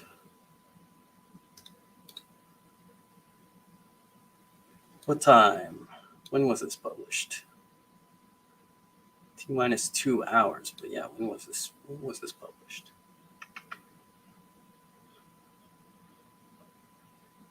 Oh, so yeah, that happened sometime this month, right? Yeah, that was all the way back on July 5th. Wow, I'm way behind. I'm way behind. Okay, so I'm a month behind that. But yeah, like that's the whole point. Again, like sometimes, yeah, science, and it's infamous throughout. Science is infamous throughout its history of doing things to bend facts to fit theories instead of theories to fit facts, right? And especially when an idea takes root, right? Like when an idea takes hold, the math checks out, and that idea like it really takes hold. It's really hard to get the scientific community out of it, right? Because they have that history of provable, tangible results where they're like, but every time we do the math, we're able to find like this checks out. It's able to predict this in this area, and we've been able to find it. Ergo, the math checks out. Ergo, this theory is right. But it isn't the only mathematical formula to get there, and only one of them uses dark matter as its basis. So it's a wonderful scientific and philosophical discussion and debate. It really is. It's really great. You really dig into it, but it has its own, like it has a much deeper understanding to it. They need to fill the hole in their matter logbooks. Basically, yeah, it's just a math thing. And because of, as I said, because of that, the math checks out, they've kept with it. But there is another mathematical that allows for the same thing, which doesn't account for it. And there's some scientists that go for it, and there is like a battle in the scientific community, but until it's going to be like one of those things, it's going to take a lot of change. They're falling into the trap of, since you can't disprove it, it exists, right? Like they're falling into that argumentative trap, which is hilarious to me, right? Because yeah, they're falling into that. It's just a silly trap. It's a belief argument, right? Well, you can't disprove it, and until you can disprove it, we're going to hold on to it. And it's like, okay, but this model over here proves what you prove, and you've never been able to supply the proof of dark matter. So shouldn't we start to question that theory? We have not been able to observe it in any way. And the collider has not provided anything to suggest dark matter. The math, and the results don't lend itself in that direction. Well, the absence of evidence is not evidence, right? That's the old argument, right? That's the Donatine argument. The absence of evidence is not evidence of itself. But dark matter is just one of those ones where it's like, I really wish the scientific community would kind of be more willing to change. But it's a tough beast to change. It's got its own doctrine. It's got its own dogma, attached to it. It's got its own problems. Like any organization, any organization with humans is going to be problematic. I mean, that's just the reality. Jediism is no different. Science is no different. Any religion out there is no different. And philosophy out there is no different. Star Wars is no different, right? No matter what, any organization that's it's all run by humans, and humans are completely fallible.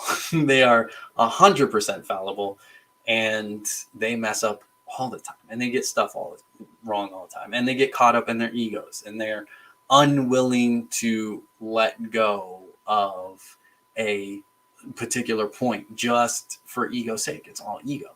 It's all thing until so. And you have to look at all the fights. You look at the United States back, fighting against lead, where scientists prove how deadly and the degenerative effects of lead. And when you look at the decline of the Roman Empire versus its use of lead pipes for its ruling class, you see evidence of that, right? But the science went beyond that. The science proved lead is poisoning things, but companies who were invested in it brought out their own scientists and brought out their own experts to disprove and discredit a person trying to change an industry. When you try to change deeply held beliefs, right? When you try to change, when you present something new that people have been like, no, it's always been this way. We've always said this. We've always done that. It's tough. It's tough. It's a fight because it's a discredit, and yeah, you have to go through it. You have to present it, and you have to present the facts, and eventually the facts do win out. Like, it takes a while. And we've seen it throughout human history, people being persecuted, people being killed, people being run off, people being exiled, people being disgraced, people's lives ruined, things of all that stuff.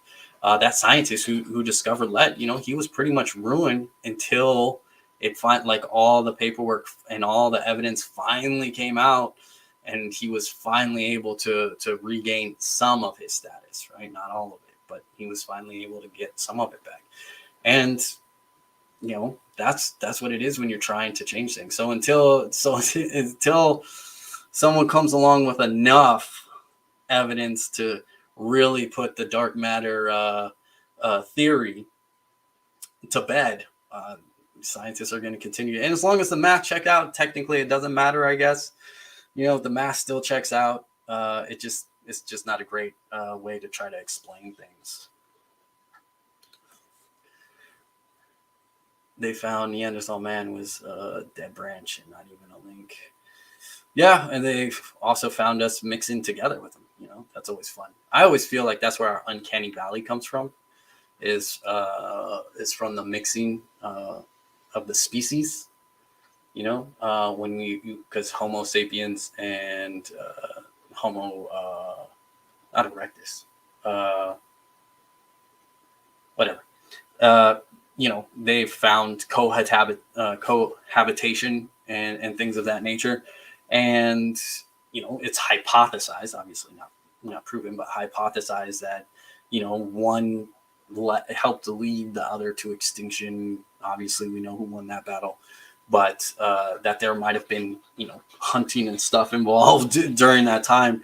And that's my theory for Uncanny Valley, the Uncanny Valley theory. I think that's where we get it from. But yeah, there's always things to work with and to work around. Science has its place, and science explains a lot. Science has tangible, repeatable results that are not really to be disputed. But at the same time, that doesn't mean it's the end all be all. And again, it's a human organization. Like any human organization, it's going to have its faults, and it's going to have its challenges.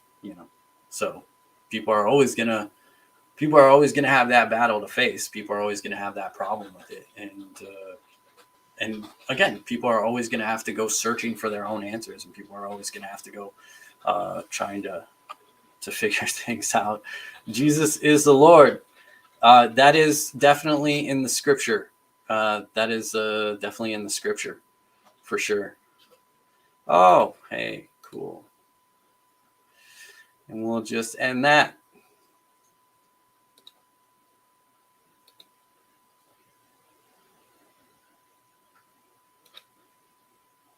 Repent now.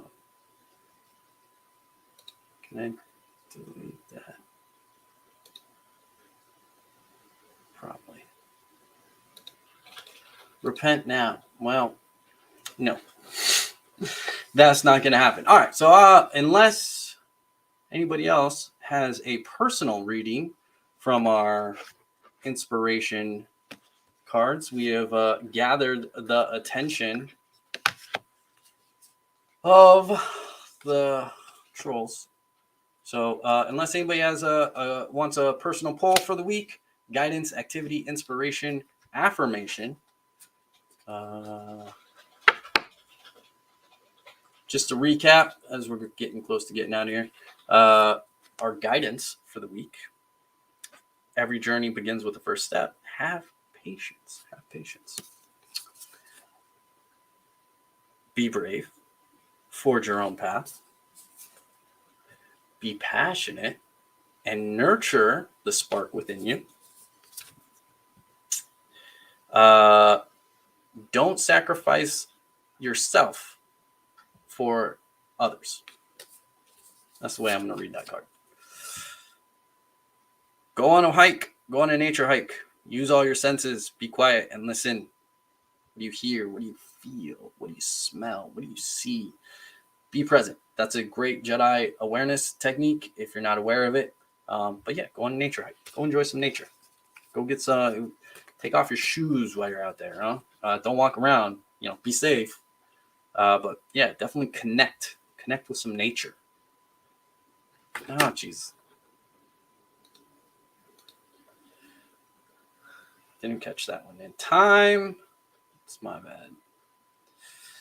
How many types are there? There's inspiration, activity, and guidance. Make something new was our last one. Make something new. Didn't catch that one in time. I apologize to everybody who had to see that. Didn't catch it in time. So, activity. Sure, you got it, bud. It's all right, Zeno. I got you. I got you. All right. I was going to say, all right. I don't know if we pulled this one for you, Zeno, but I know we pulled this one before. Tell someone that you love them, even if you're pretty sure that they already know.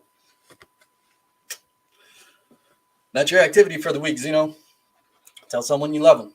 I don't care if it's your dog or cat or the elephant you met at a zoo. That's okay. Maybe you discovered the elephant trunk snake and you just, you love that goofy, derpy looking thing. Little chunky ass thing. Tell someone you love them. Tell your mom, dad, someone. Crush. God. Jeez. All right, we're getting there. We are. Yeah, I need a mod. I need moderators for real. I need moderators for real. Affirmation. You got it. I don't think I can have moderators on StreamYard. Like, it doesn't give me the option to upgrade people. Maybe. Hang on. Let me see.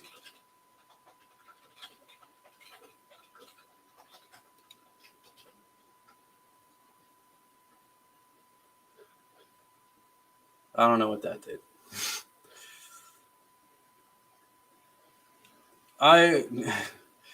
Mod me. I'll wag them. These guys are ridiculous. If I knew how, I'm working on that. But yeah, it's all good. I gotta pay attention more. But yeah, I gotta get the mod. So affirmation. Affirmation for the week. Affirmation for no. Did I get everybody? Is that everybody? Right. So inspiration, activity, guidance, affirmation. We did activity. Do affirmations. We're almost out of here anyways, James. I appreciate it though. We're almost out of here anyways. We spent 2 hours on this thing. I got chores to do. So affirmation for Melbo.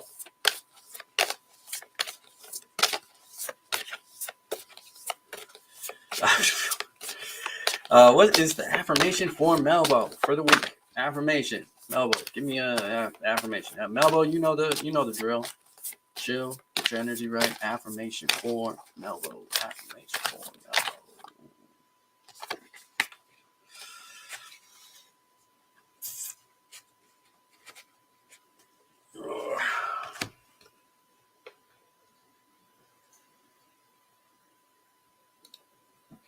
Okay.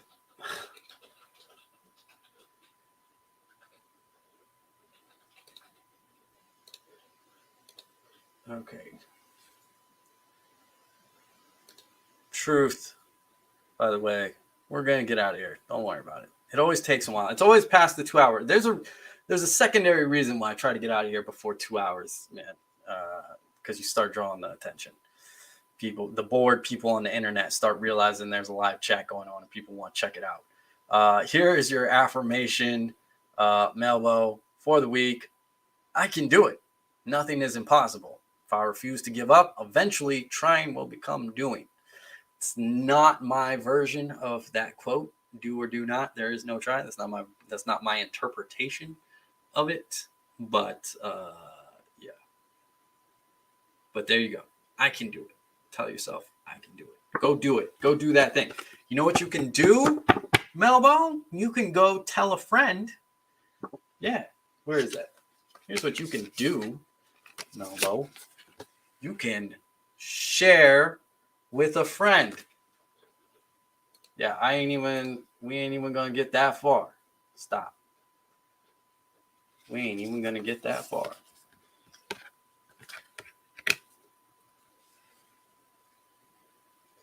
Share with a friend. That's what you can do. I can do it. I can do it. Go do it. Go do the thing. Let's see. Take your time. I thought trying was the first step towards failure. So it's just like the quote itself, do or do not, there is no try, is simply about doing it. You're always trying. You're always trying. It's simply about doing it. Again, like success and failure is a state of mind. Your focus determines your reality, right? We've talked about this before on these on these live chats before, where it's about, you're part of a baseball team, right? And if you lose the game, you failed. You failed to win the game. You failed to win the game. But if your intention was never about winning or losing, but simply to play the game and try to get better at it, to learn something from it, and you do that, then you succeeded, right? Individually, you succeeded. As a team, if you're able to grow better as a team from the loss, then that's not technically a failure. If your goal, right, if your focus is to grow better, to be better, to gain something from playing the game, just playing the game, you want to play the game and learn something from it. If those are your goals, then winning and loss is not success or failure. Success or failure is whether or not you played the game and you learned something from it. So, trying is just when you try something. When most people say "I'll try," like that, that's a very context-based quote, because when Luke is saying "I'll try," he's saying I'm going to put in the bare minimum effort to say I gave it a shot. It's not, and that's the wrong mindset to go in with something. The right mindset to go into something is not I'll try, I'll do the bare minimum, I'll do enough to say I did it. The right mindset is to go in and be like, okay, I'm going to go do this thing. I'm going to go take care of this thing. I'm going to go be a part of this thing. I'm going to go do it. I'm just going to go do it. And understanding that doing something is not a results-based concept, right? Success and failure does not have to be results-based. That's only our own personal perception. That's only our own personal choices. It's our own point of view, right? So the meaning of the quote is not to half-ass something, basically. The meaning of do or do not, there is no try, is if you're going to do something, approach it. Be a part of it. So yeah, go do that. Hey, last second vampire elder, what's going on, man? Good to see you. I donated plasma. It's always important. It's important to do. Donating what it's saying. The universe trying to tell me I'm a hermit. Yep. Don't worry, man. We count. Don't think internet friends don't count. We count. Melbo, we count. We count too. Do you play chess or any board games? I play, not regularly, but yeah, I play chess. I have an app on my phone that I sometimes play as well. So there's a star symbol next to the names, and I don't know if that makes someone a moderator or not. So there you go. I've clicked it, so you can try to go do, what you do. I've also clicked it on Melbo and Zeno because you guys are usually here a lot. So yeah, I don't know if that actually makes you a moderator, or just like favorites you as a person. I don't know what that does. I don't know if it does anything. Actually, it doesn't seem to do anything. I don't know what that does. I have no idea. 3-starred. Oh, that just lets me know comments to remember. Okay, no, so it's not that. Yeah, I don't know how to make people moderators. So in this thing, I'll have to look that up. I'll have to look it up. Either that or we'll have to change things. But I don't know. But yeah, I play chess and other board games. Yeah, I tried to play Go for a while. I don't have the mind for Go. It's interesting, but yeah, I don't have the mind for it. And I guess I play checkers and such. And other board games, sure, like Clue and things of that nature. And I'm going to do things like go to the gym. Going to the gym, yeah. Hey, it's all connected. Mind, body, spirit, right? It's all connected. Yeah, if I can figure it out, I'll try to make people moderators, right? Because I would love to be moderated. Yeah, I don't. Yeah, Go is really hard. It is. I think it's something you have to like really try to like pick up when you're younger. But also, I just don't have the brain. I don't have the vision for it.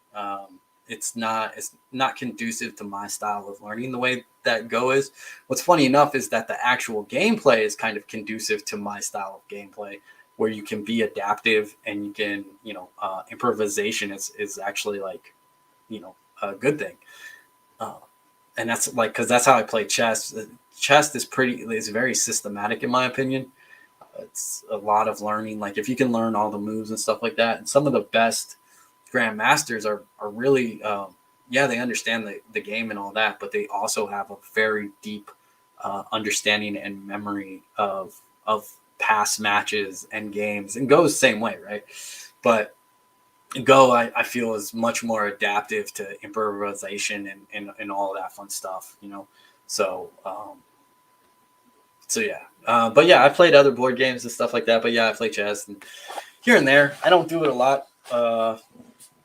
But yeah, and I play all sorts of games, so for sure. Let's see. Yeah, I watched that one. Yeah, I watched that with a weird. They did a really good job. Most Go players agree that they did a really good job of showing the life of Go players in Japan and such. And there's another one that's similar, that also shows like kind of like the slice of life of because I know there's a whole part, like one of the seasons, like there's like 6 episodes that even like dip away from the main character and just show kind of like slice of life of what it's like to be a Go player, to try to be a professional Go player in Japan, and what that life is like. And it's done a really good job. Most Go players very much have said that. I also got a book. I mean, there's 2 books that I own by people who played Go. One of them was by an American who was able to actually get good enough to go to a Go school in Japan. They didn't make it very far eventually, because it's a tough life. And they got to a certain point, and they got further than any foreigner, I think, up, or any American up to that point.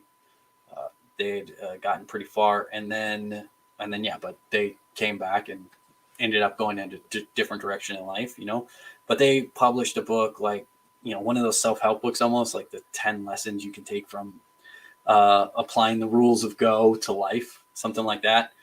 It's an interesting book. I picked it up at Barnes and Nobles, and this was years ago. This was back in the late 90s. But I picked it up from their bargain bin. It was like 99 cents for the book. I thought that was a steal. That was a shame that the book didn't do better, in my opinion, because it has some good stuff. But also, what's funny is that they mentioned that anime series in there. But there's another one. It's really good. Hey, let me see if it's right here.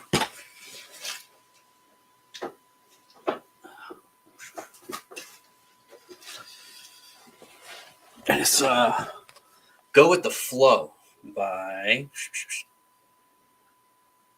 there you go. I'm not gonna disrespect him by trying to pronounce that name. I'm horrible with pronunciation in general. But Go with the Flow is a phenomenal book. Yeah. This is what I do to my books, by the way, when I see things, but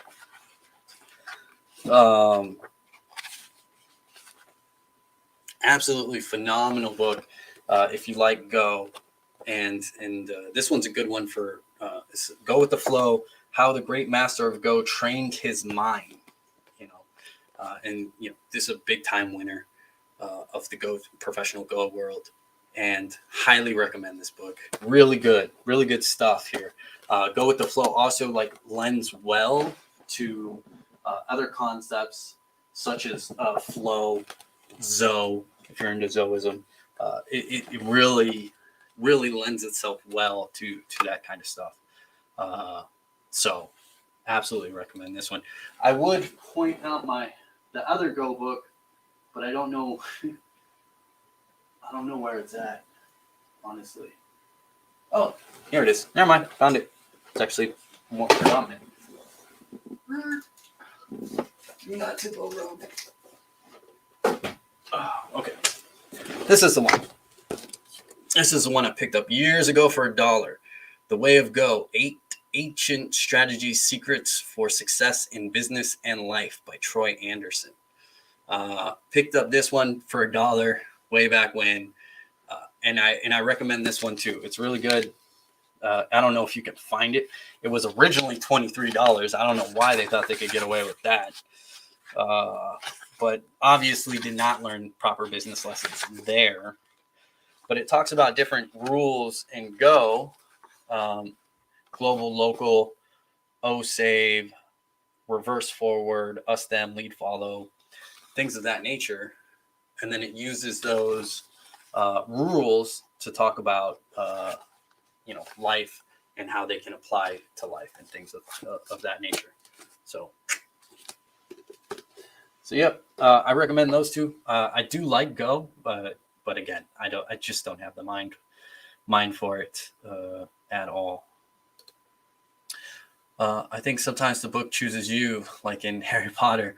That might be it.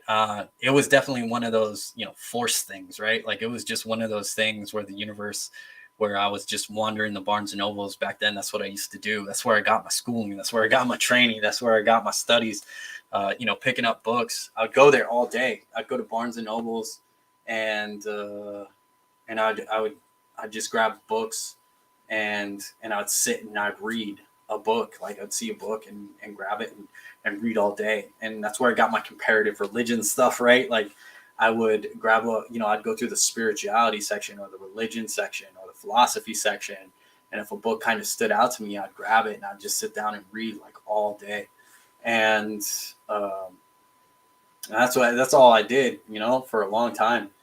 And then, so I was there and I was just kind of perusing, normally that's what I did. I didn't buy the books. I put them right back up on the shelf. I just hung out all day and read, taking notes in my notebook. I'd have a little notebook, and if something caught my eye, because obviously you can't highlight a book unless you own it. If something caught my eye, I would write something down and fill my notebook with quotes and stuff. When I was young, I was really stupid, and I wouldn't say where I got the quote from. So years later, I end up with notebooks full of random sayings and no idea where they're from. But yeah, this one I was just looking at it and I was like, I got $1. I'll pay that. I'll take that. That's interesting. And at that time, I had never seen or heard of Go. I had never played it. I had never heard of it, or I had seen it, but I didn't know of it. Like I didn't know how to play it. I didn't know of it. I didn't know exactly what it was. I had seen it, but I didn't know what it was. And I had never played it. And so why I chose this book, like when I knew nothing of Go at the time, I hadn't seen that anime yet, and yeah, and then because I was reading it, I started to read it a little bit, but I kind of got disinterested. And then years later, I watched that anime, which kicked up my interest, and I was like, wait a minute, I have a book, and I went and I grabbed it, and and that's when I really started to dig in later. But yeah, I recommend at least Go with the Flow. I think is a phenomenal book. And it talks about mindset and such. It talks about mentality, and it talks about learning and diversity, and like challenging yourself and being willing to accept challenges and things of that nature, as well as challenging your mind and always kind of staying fluid and again, go with the flow. It's really good. It's at least I think so. I thought it was a lot of fun. And I've saved I bookmark pages that I think are important. I have this whole one where I didn't even highlight it. There's this whole paragraph, and I just wrote in highlighter called out. So things of that nature. Like I don't know. That's what I do. So that's my books. But anyways, yeah, no problem. But yeah, 3 hours, 60 hours later. Yeah, clearly we're still here. All right. On that note, I think we're good, right? Everybody good on their card pulls and all that? We're good. We ready to jump out of here after 2.5 hours of nonsense and pontificating? We ready to get on? Affirmations, activity,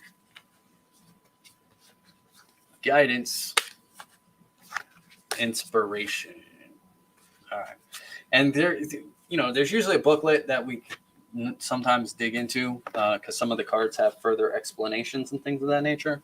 We didn't really get into that today, but I mean, we ran late anyways, right? So I think it's okay. I think it's all right, right? Gonna send a meme to myself. Well, you are your own best friend, right? Man, hit up somebody. Go hit up someone. Remember, we all count too. We all count too. But yes, go do your activities. You can do it. Do or do not. There is no try. Go do it. Thanks for the insightful journey. Peace. Peace. Have a good one. What's 100 years, Obi? Yup. Hey, you should see me at Jedi gatherings. I'll hold you there all night. Yeah. No, I can ramble with the best of them. We can go all day. But we definitely need moderators. At least Twitch has that over things. At least Twitch, you could throw up moderators and be safe and stuff like that. Good to see you here, though. Always a learn to always fun to go rounds. Always fun to do that. Always wondered what it would look like if Jedi boards were more virtual. But fun stuff, yeah, for sure. Always good to explore our own concepts and ideas and things like that. And I hope for the people following along and watching, again, it's not about agreement. I'm not trying to convince anybody's ideas of my stuff, but it's all just food for thought, right? It's all just things to ponder, consider, and to grow from. That's all it is. And that's like the entirety of the Jedi path. All it is a method, is a vehicle to explore the self. So, yeah, damn challenge accepted. Yeah, just gotta get to a Jedi gathering, man. I mean, I'm not gonna be at this year's, but eventually, I'll let people know. I actually have a place that I want to go to, so I'm looking to set up my own Jedi gathering. and there's a place in California, more northern California, that I'm looking to do it. It's pricey and not pricey all at the same time, right? But well worth it. Beautiful location. Definitely has ties to both Star Wars and spirituality, as well as has some good haunted history, and then has some good Zen areas, as well as just good places where we get to commiserate, have some fun. So I'm looking to do that. When, where, what time, who knows? That could be 5 years from now, but definitely have a place in mind. Definitely looking to do it. So I'll keep you all posted. But all right, get out of here. Go have fun. Go enjoy the rest of your day. Go do your weekly activities. You can do it. And I'll catch you guys presumably next week. Yeah, travel's part of it. Gonna have to travel your butt all the way out here. Greyhound or something. I don't know. But again, you got time. Start saving up for it now. $5 a week or something. I don't know. You got time. Or you might be in a completely different place when this happens. You might win the lottery or something by the time this happens. You might be in a completely different place. Say less, right? Definitely got a spot. Don't worry, got it picked out. We'll get it done. And if I can host that gathering, then best believe I'm going to have scholarships and stuff too to help people get out there. But I don't have my driver's license. That's what other things. That's what Greyhound's for. That's what that's what planes are for. So don't worry about it. We'll get out there. You never know. We'll make it work. But all right, everybody, what are you still doing here? Go, leave. Yeah, go have fun. Go enjoy the Force. Go be a Jedi.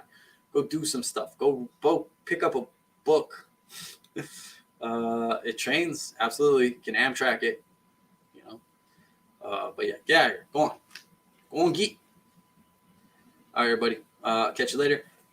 Hopefully catch you next week. Still the plan.